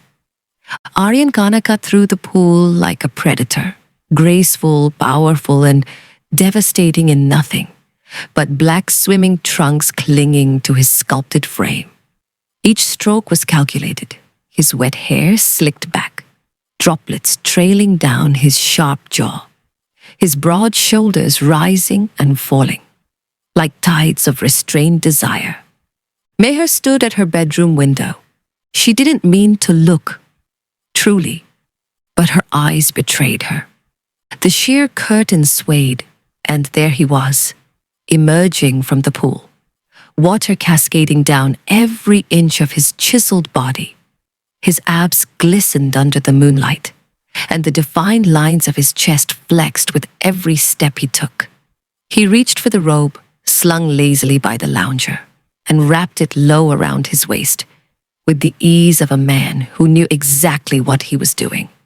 To the world, and to her. She turned to flee, breath caught somewhere between her throat and her chest. But it was too late. He'd seen her. He met her stare head-on, unfazed, before a devious smile spread across his face. Moments later, the door clicked open. Meher whirled around, but it was futile. He was already inside, still damp, still dangerously silent. Aaryan shut the door behind him and leaned against it, watching her with that signature smirk, mocking, unreadable, magnetic. Enjoying the view, Mrs. Khanna? He asked, voice rough velvet. Meher's eyes widened. I didn't. He took a slow step forward. You looked like you wanted to touch. She backed away, pulse thundering. I didn't. Another step. You can, he murmured. In one fluid motion, he untied the robe and let it slide. Just enough. Meher gasped, but didn't move. His hand took hers, slow, deliberate, and placed it on his bare chest. Her fingers trembled against the hard planes, heat radiating off him like fire through silk. still think this is just a business deal?" he asked, voice brushing her skin. Her breath came in shallow waves. Her heartbeat roared louder than logic. He slid her hand down from his chest to the sharp ridges of his abs, never once breaking eye contact. "You're playing a dangerous game," she whispered, stunned by her own voice. He smirked, stepping closer, eyes dark with challenge. "No, sweetheart, you've got it wrong." A beat, a glint of danger. "I'm not playing the game. I am the danger, and this is my game." And then, just as suddenly, he let go. The heat between them snapped like a string stretched too tight. He stepped back, tying the robe again with cruel control. "Good night," he said coolly, as if the moment had never happened. And then he left her there, shaken, breathless, and burning with questions she never wanted answers to. Aaryan's penthouse guest bedroom, 2 a.m. Meher didn't sleep that night. The air in her room felt heavy, like silk wrapping too tight around her lungs. Meher Malhotra lay rigid on the king-sized bed, her eyes fixed on the ceiling, haunted by the ghost of that touch. His robe, his chest, that maddening smile, and those words, dripping in arrogance and heat. "You can touch them too." Her fingers curled tightly into the sheets as if trying to banish the memory, but it clung to her skin like perfume, intoxicating, lingering, and dangerously seductive. What game was he playing? Why did she feel something? Meher had walked into this contract with rules, cold, professional, impersonal. But every glance from Aaryan Khanna seemed tailored to unravel her carefully laid boundaries. And tonight, he hadn't just nudged the line, he'd shattered it. She hadn't said a word, but her traitorous body had. Her cheeks had burned, her breath had faltered, and her heart, oh God, her heart, had drummed like a war cry.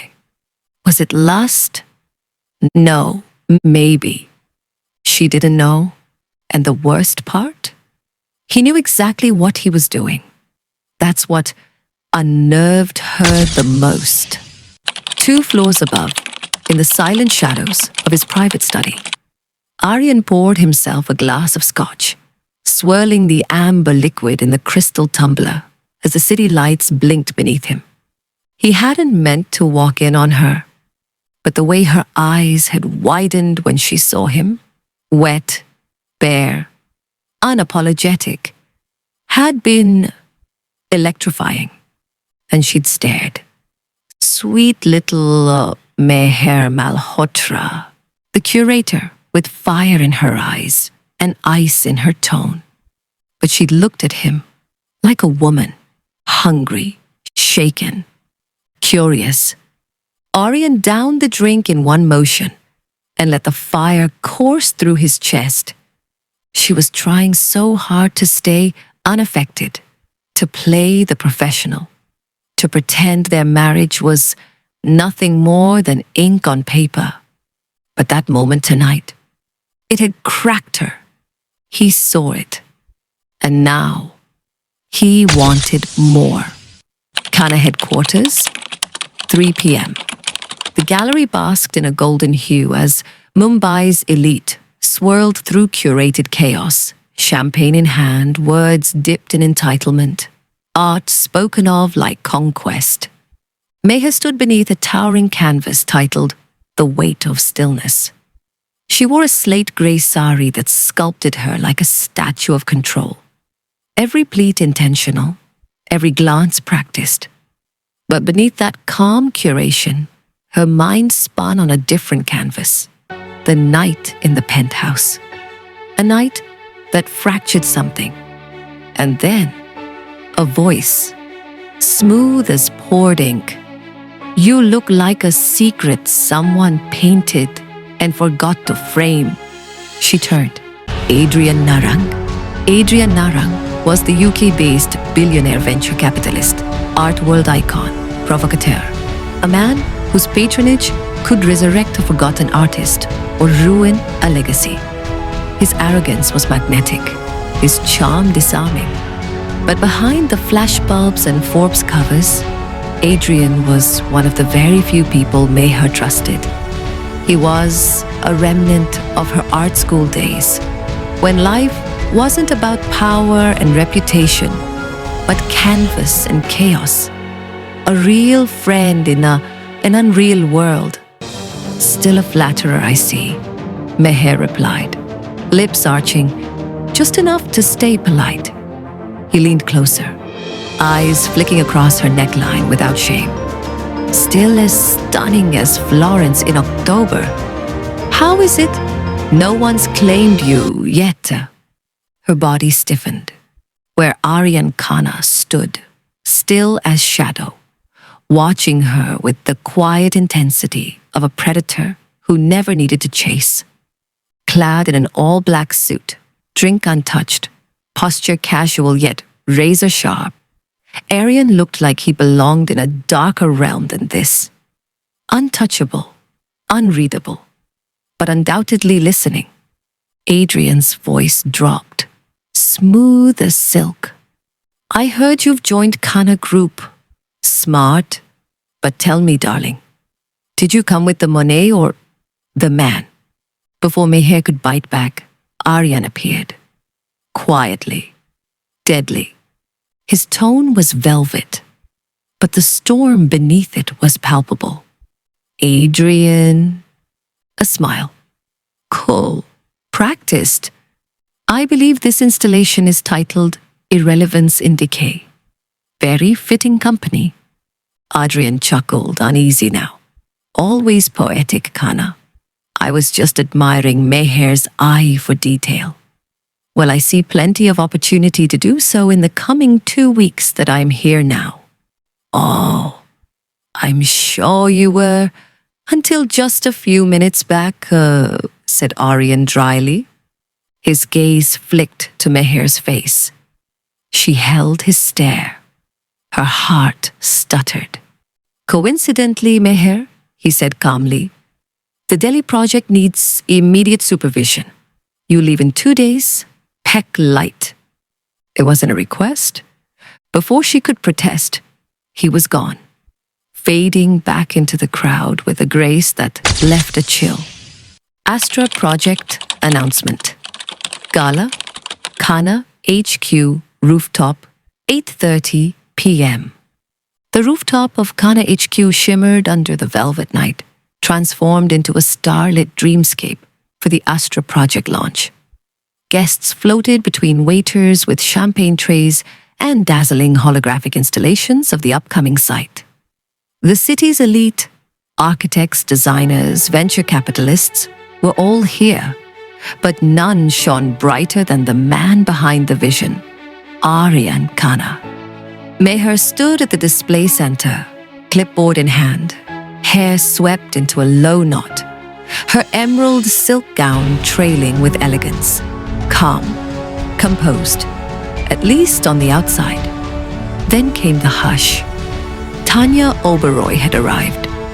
Tanya Oberoi, elegant, razor-sharp, and unapologetically ambitious, heads the media and publicity wing for the prestigious Astra Project, the crown jewel in Aaryan Khanna's business empire.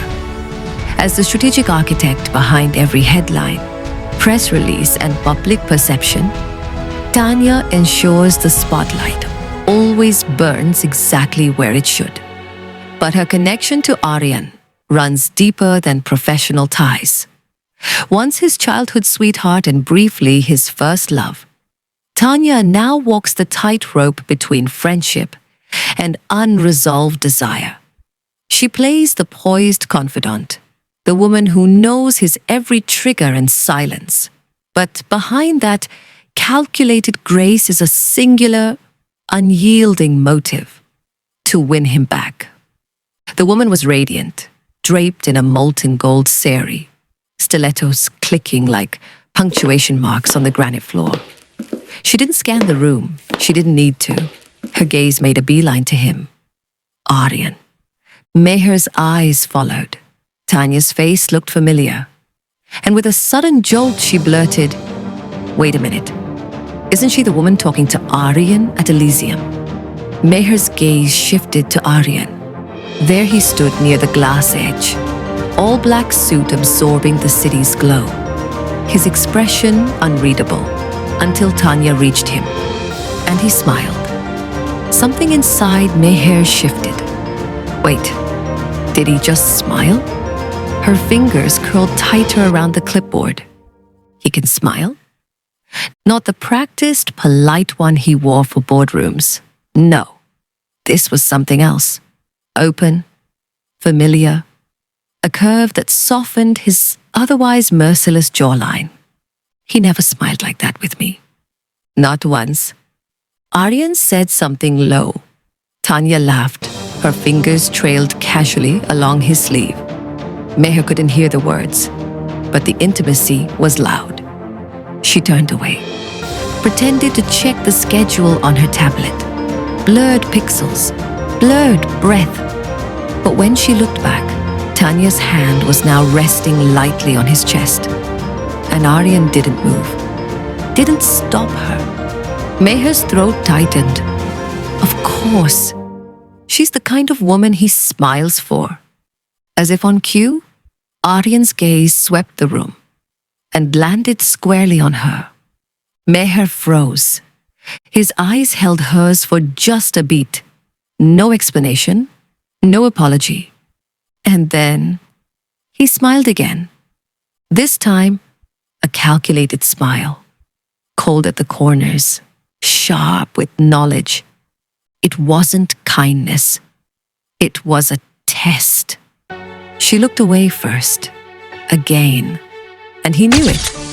Delhi, Meher's hotel room, viral news alert. Meher's phone buzzed on the hotel table. She picked it up and froze. The mystery woman in billionaire Adrian Narang's life. Who is she? Paparazzi shots, her, and Adrian, walking out of an art cafe, laughing. The headline screamed, "The love woman of billionaire tycoon Adrian Narang." Her chest tightened. She hadn't seen it coming. Neither had Adrian, clearly. But someone else had, and explaining him was not going to be easy. Next day, Kana HQ, Aaryan's private office, 11:48 a.m. The door slammed shut. "Was this your idea of discretion?"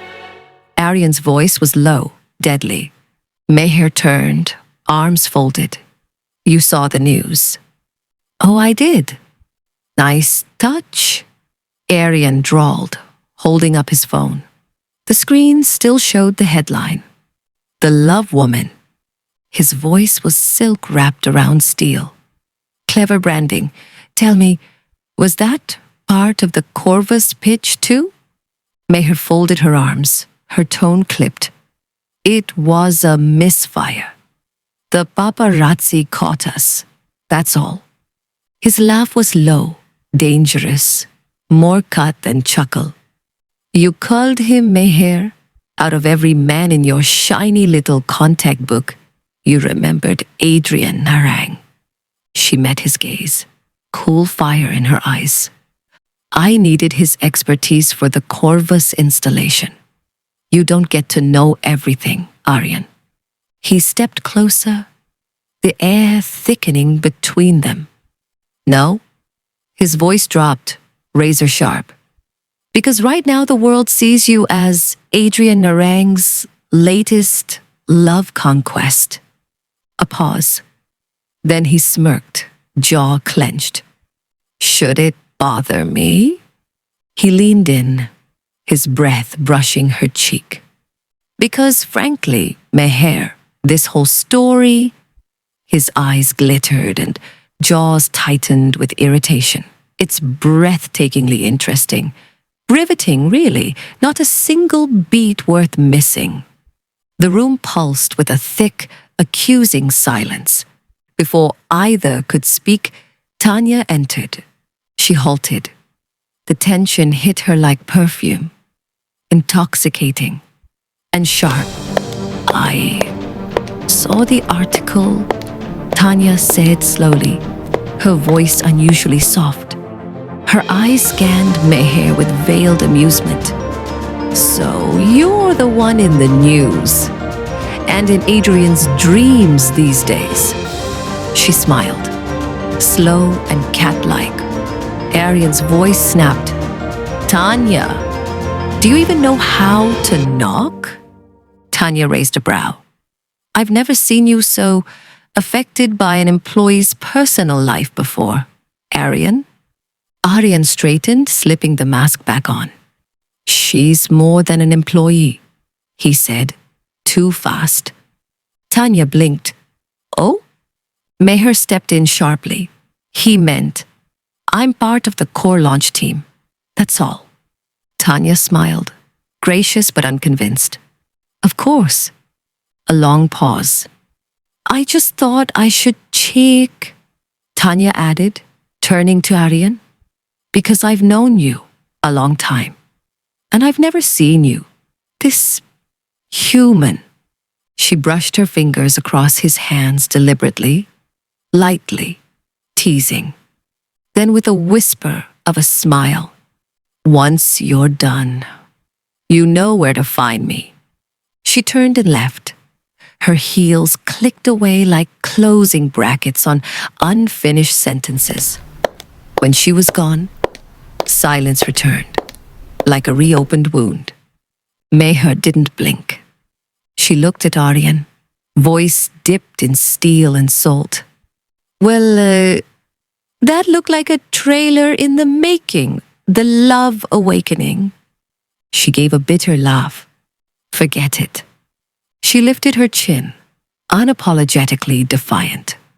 "Mr. Khanna, I won't be a pawn in this story anymore." He stepped close, too close. The air changed, thicker, tighter. "No, darling," he whispered, jaw tight, eyes blazing. "You're not the pawn. You're the weakness I can't afford." And then he walked away. Days turned into weeks after the last encounter with Aaryan. The penthouse was shrouded in a strange, luxurious silence now. Adrian's flirtation had been a spark. Aaryan's reaction, an inferno she never saw coming. He hadn't said a word after that night. No confrontation, no accusations, just retreat, emotional and absolute. They lived under the same roof, shared the same dinner table, passed each other in polished hallways, but spoke as little as ghosts. The few pleasantries they exchanged were empty, mechanical. No questions, no warmth, no answers. Aaryan buried himself in work. Conference calls, investor meetings, late-night documents. He never explained. He came home at odd hours, if at all. He never tried to bridge the distance, not after Adrian. Then, one gray morning, she stepped into the living room and froze.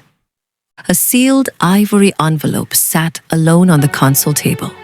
No preamble, no explanation, just her name on it.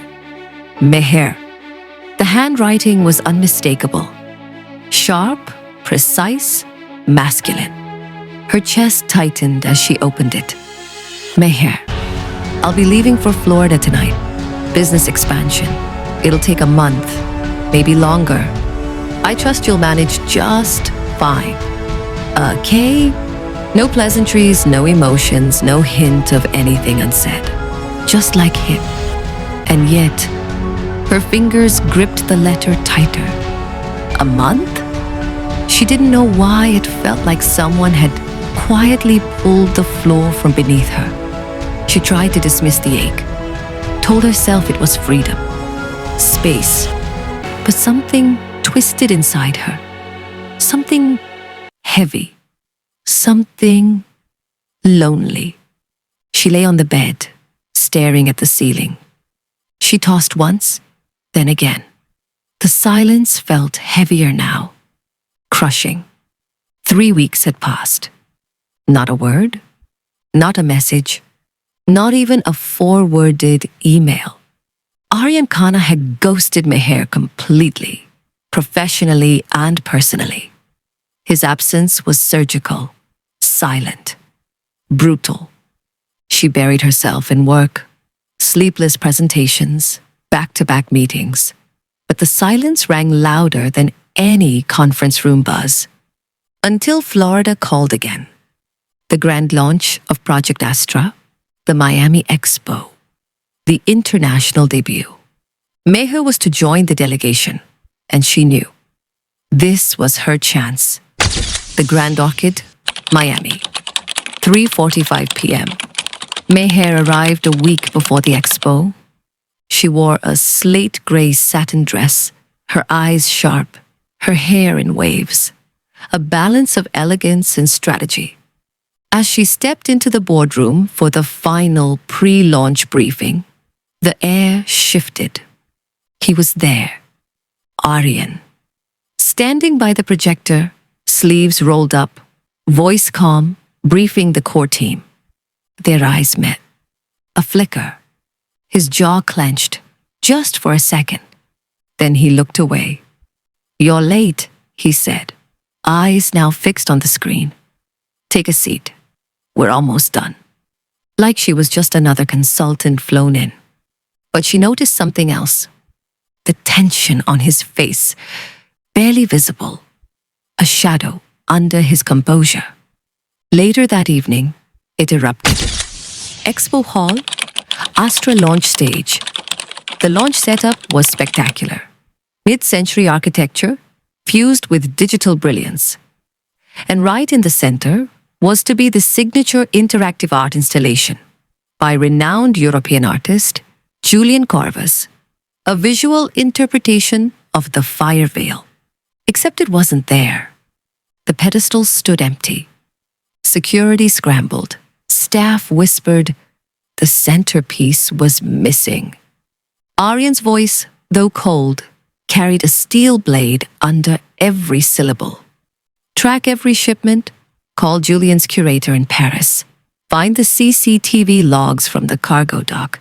This is not a logistical error, it's a message. Adrian's private lounge. The wine was untouched. Adrian Nareng lounged against the Italian leather couch. A cigarette half lit between his fingers. His eyes swept across Meher as she stood, tense, deliberate, furious. "I need your help," she said simply. He tilted his head. "Does the brooding billionaire know you're here?" "This isn't about Aaryan," Meher snapped. "This is about Astra. Someone's trying to sabotage the launch. Julian's artifact, the fire veil. It's gone missing from customs. I need to flush them out discreetly." Adrian's eyes gleamed. "So, you're finally ready to play dirty." She stepped closer. "I'll do whatever it takes to protect Astra." He smiled, dangerous and charmed. "Then let's light the match, darling." VIP lounge, that same evening. Meher's bronze-wrapped dress shimmered under the golden lights, but it was her smile that lured them in. Rehan Ali and George Blackstone, two known art movers with a murky trail of stolen auctions and insider deals. She laughed, sipped, listened. So much art, she mused. So little honesty. Rehan winked. "You'd be amazed how many pieces disappear before a launch. Sometimes buyers just offer more." Aggressively. Adrian, seated beside her, played the perfect devil's advocate. "Julian's work sells for 7-figure deals underground, the fire veil alone, worth millions." "Shame if it just vanished," Meher murmured, touching her neckline. The brooch cam blinking silently, capturing every damning word. Scene: Meher's suite. Later that night. They played back the footage, faces, voices, names. Caught. They were going to move it out through Sharjah under a false collector's ID. Adrian confirmed, scrolling through his encrypted tracker. But not anymore. I'll alert the logistics head and Aaryan's private security, Meher said, already typing. We'll intercept the crate at dawn. Adrian leaned back, eyes unreadable. You know, you never needed to involve me in this, but I'm glad you did. She looked at him, softening. You were always the one person I could trust when things got ugly. Aaryan's suite. A night before the launch, 11 p.m. Later that night, Meher returned from an investor dinner and noticed Aaryan's door slightly ajar. Drawn by instinct more than intent, she stepped closer. Inside was Tanya, draped in red silk, seated on Aaryan's desk, too close, her hand brushing his. Aaryan was leaning back on his chair, his eyes closed, calm and composed as he always was. Tanya leaned very close to his ears and then spoke in a very low tone. You're overthinking again, Aaryan, she purred. Come back to when things were simpler, before she complicated everything. She leaned in to kiss him. Aaryan moved. His hand stayed stiff, jaw locked, but he didn't push her away. He turned to look at the direction Meher was standing, giving a dead stare. Wow, looks like we have a visitor. Aaryan's eyes snapped up. Aaryan gave a cold stare and spoke in an amused tone. So by when were you planning to announce your entry, Miss Malhotra, or were you just waiting for some action? Tanya smirked. Oh, didn't realize this suite had a subscription plan? Save it. She stepped close. Too close. I didn't fly across continents for X's dramas. I came for Astra. And maybe to see if there was anything left of you, Mr. Khanna. Her voice broke slightly at the end, but her gaze didn't. Aaryan didn't speak. Tanya turned, walked out, but not before glancing over her shoulder. Don't worry, darling, she said to Meher. He never lets go completely. Meher turned to face him, eyes flashing. I've never underestimated your capabilities, Mr. Khanna. But I must admit, you never disappoint. Aaryan stepped forward, his expression darkened with amusement. Jealousy doesn't suit you, Meher. Her laugh was bitter. Don't flatter yourself. She caught Aaryan's wrist and tugged him. I want you to see something. Let's go. Aaryan's jaw tensed as he pulled his hand away, his eyes dark with restrained fury. Is Adrian not keeping you entertained enough that you now seek my attention? He drawled, each word laced with disdain. His voice was cool, too cool, the kind that burned. Turning away, he adjusted the cuff of his sleeve with calculated indifference. I don't have time for your petty theatrics, Meher, he added sharply. I have a launch to postpone indefinitely. Without waiting for a reply, he gestured toward the door with pointed finality. Kindly excuse me, he said coldly, already lowering into his chair, his focus shifting to the screen. Dismissive, detached, devastatingly in control. Meher turned his chair, leaned in until she was dangerously close, and whispered softly, Maybe. You won't even need it. Then grabbing his wrist firmly, she pulled him toward her. I want you to see something. Come on, let's go. And they left the room. The Grand Orchid, Miami, Expo. Meher dragged Aaryan as she marched across the glass-paned gallery floor. Walk faster. Mr. Khanna, you need to see this. Without waiting for a reply, she tugged his wrist. Not hard, but firm enough to remind him she wasn't asking. The Astra Interactive Art Pavilion was buzzing with technicians, curators, and stylists, all preparing for the exclusive press preview. At the heart of it stood the fire veil, the elusive $1 million kinetic flame sculpture that had nearly been lost to sabotage. And Meher Malhotra had brought it back. Draped in a crisp slate jumpsuit, headset clutched in one hand, she commanded the space like she owned every particle of light that danced through it. Aaryan paused at the entrance, breath catching. Not because of the art, but her. She was magnetic, unrelenting, dangerous, to his sense of control. And standing beside her was Adrian Narang, his suit as sharp as his tongue. Khanna, Adrian greeted smoothly. Just in time.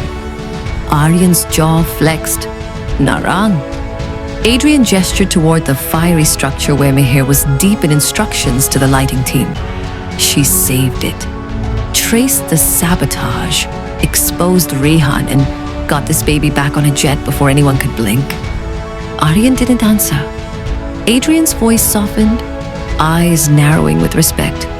You know, that woman didn't sleep for 2 nights. She fought like hell to protect something she believed in. His gaze lingered meaningfully. She doesn't protect art, Aaryan. She protects what she loves. Aaryan's throat tightened. Adrian clapped his shoulder lightly. Looks like you've got her this time. Lucky you. A pause. But if she ever leaves, I'll always have a place for her in my arms. He walked off, leaving Aaryan stunned, fists clenched in his pockets. Later that night, Suite 1907, the Grand Orchid, Miami. The suite smelled of warm amber and quiet conflict. Meher stood by the window, arms folded, as Aaryan poured 2 drinks in silence. He handed her the glass, his eyes unreadable. I owe you. She took a sip, slow. Yes, you do. A flick of silence. Then her voice, cool and steady. I want 2 things in return. His brow lifted. First, settle my father's debts, all of it. No questions. Aaryan nodded once. Done? She looked at him now, voice quieter. And second, my freedom. He stilled. The word cracked through the room like a lightning strike. Freedom? He echoed, the word tasting bitter on his tongue. As in, divorce? Meher didn't look away. As in the end of whatever this is, of debts, of secrets, of being someone's hidden truth. Silence. Aaryan exhaled, long and silent. His jaw clenched so tightly, the vein in his neck throbbed. I agreed to settle your father's debt because I owe you, he said finally. But, I'm not obligated to grant your second request. The silence between them wasn't empty. It simmered. Aaryan stood by the bar, shoulders tense, jaw rigid. Meher leaned casually against the doorway, her eyes glittering, not with anger this time, but mischief. Pure, wicked mischief. She sauntered in, like a challenge whispered into the night. Still brooding? She asked lightly, pouring herself a drink with a grace that belied the storm she carried inside. He didn't answer. She took a slow sip. What's the matter, Mr. Khanna? Your ex sitting on your desk in Red Sid wasn't worth a reaction, but me requesting freedom suddenly bruises your ego. He flinched. That's right, she drawled, circling him like a cat circling fire. You stood there, stoic, cold, while the world debated your perfectly PR-placed fiancé. You let me become a ghost in your story. He turned to her finally. eyes blazing. But before he could speak, she was already too close. "So what is it that's eating you now, Aaryan?" she whispered. "That you finally feel it? The obsession? The pull?" Her hand rose slowly, feather-light, but deliberate. She tilted his chin up with 2 fingers, a predator playing with her prey. "I can see it in your eyes," she murmured. "You've already lost the battle. You never admitted to fighting." He didn't move. She pressed closer, her hand sliding to the back of his neck, threading into the waves of his hair. As for my second request, her lips brushed the edge of his jaw. Not quite a kiss. Not quite mercy. "I don't want a divorce." His breath hitched.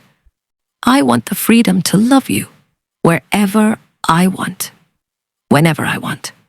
Not in shadows, not in silence, not with permission, but with fire." Her words set the air aflame. She claimed his mouth before he could answer. Hungry, heady, unapologetic. The kiss wasn't a question. It was conquest. Aaryan responded like a dam breaking, wrapping his arms around her, dragging her flush against him, as if making up for every moment he'd denied himself. The marble counter behind her dug into her spine as he lifted her onto it without breaking the kiss, his hands sliding over silken skin, relearning the shape of the woman he thought he'd caged, but who had always held the key. She moaned into his mouth, fingers tugging at the collar of his shirt, buttons scattering like secrets finally released. His lips traveled down the column of her throat, branding her with every searing kiss. Clothes peeled away, breath tangled, and time lost meaning. On that cold marble, with Miami's city lights flickering behind them and her laughter echoing like sin, Meher didn't just take back her freedom. She took him, and Aaryan, for all his walls and control, let her, because nothing had ever felt more terrifying or more right. Final chapter, the Astra inauguration, Khana HQ, Delhi. Aaryan Khanna's most awaited luxury tech launch, an icon, a statement. Press, investors, celebrities, diplomats, everyone's eyes were fixed today on the grand atrium of Khana HQ. Flashing lights all around, champagne trays and whispers of Aaryan Khanna is here. But everyone was looking for just one thing. Who was standing with him? And then Aaryan Khanna made his entry on the red carpet, in a dark charcoal tuxedo, immaculate, commanding, drowning in lethal charm. But even more attention was drawn by the girl walking beside him, Meher, in a red wine silk gown, like a royal flame. Every step defined elegance. Every camera clicked, as if she herself was breaking news. Meher walked beside Aaryan, neither behind nor ahead, just where she belonged. The press started murmuring. Is she the mystery love of Aaryan Khanna? Wait, is that a diamond ring on her finger? Aaryan and Meher reached the podium. Before the Astra hung the iconic red velvet ribbon. Khanna board members applauded. Guests raised their cameras. Aaryan was handed the ceremonial scissors, but he passed them to Meher. With me, Meher whispered. Aaryan looked into her eyes, with that intense, possessive gaze only he knew. Always. He smiled softly. Together, they cut the red ribbon. Snap. The Astra was now officially launched. Thunderous applause erupted. Cameras flashed. Reporters shouted, Mr. Khanna, one picture please, both of you. Mom, are you two? Aaryan held Meher's hand, wrapped her fingers around his. And very casually, but with calculated precision, he slightly raised his ring finger, where Meher's and his matching platinum wedding bands quietly gleamed in the media's sight. No statement given, No explanation, just Aryan's faint smile. Figure it out. And he walked on with Meher, as if leaving the world behind forever. Reporters were stunned. Married? When? How? One hashtag started trending everywhere on social media. Number AARYANANDMEHER number, the Ghana reveal number, red ribbon, ring drop. And Meher whispered in his ear, subtle much. Aryan kissed her just enough to remind the world, you're mine. 23,000 feet above the world, somewhere between the end and the beginning. The Astra launch had been a dream. Media flashed, investors applauded. Critics whispered the word genius into glasses of champagne. And Aryan had stood beside Meher, hand in hand, not as her boss, but as her man. In the hushed elegance of a private jet gliding above the ocean, the noise had finally faded. There was calm.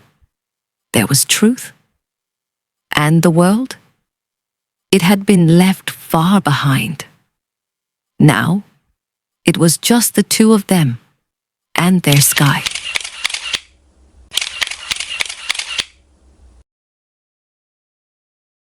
Mohini.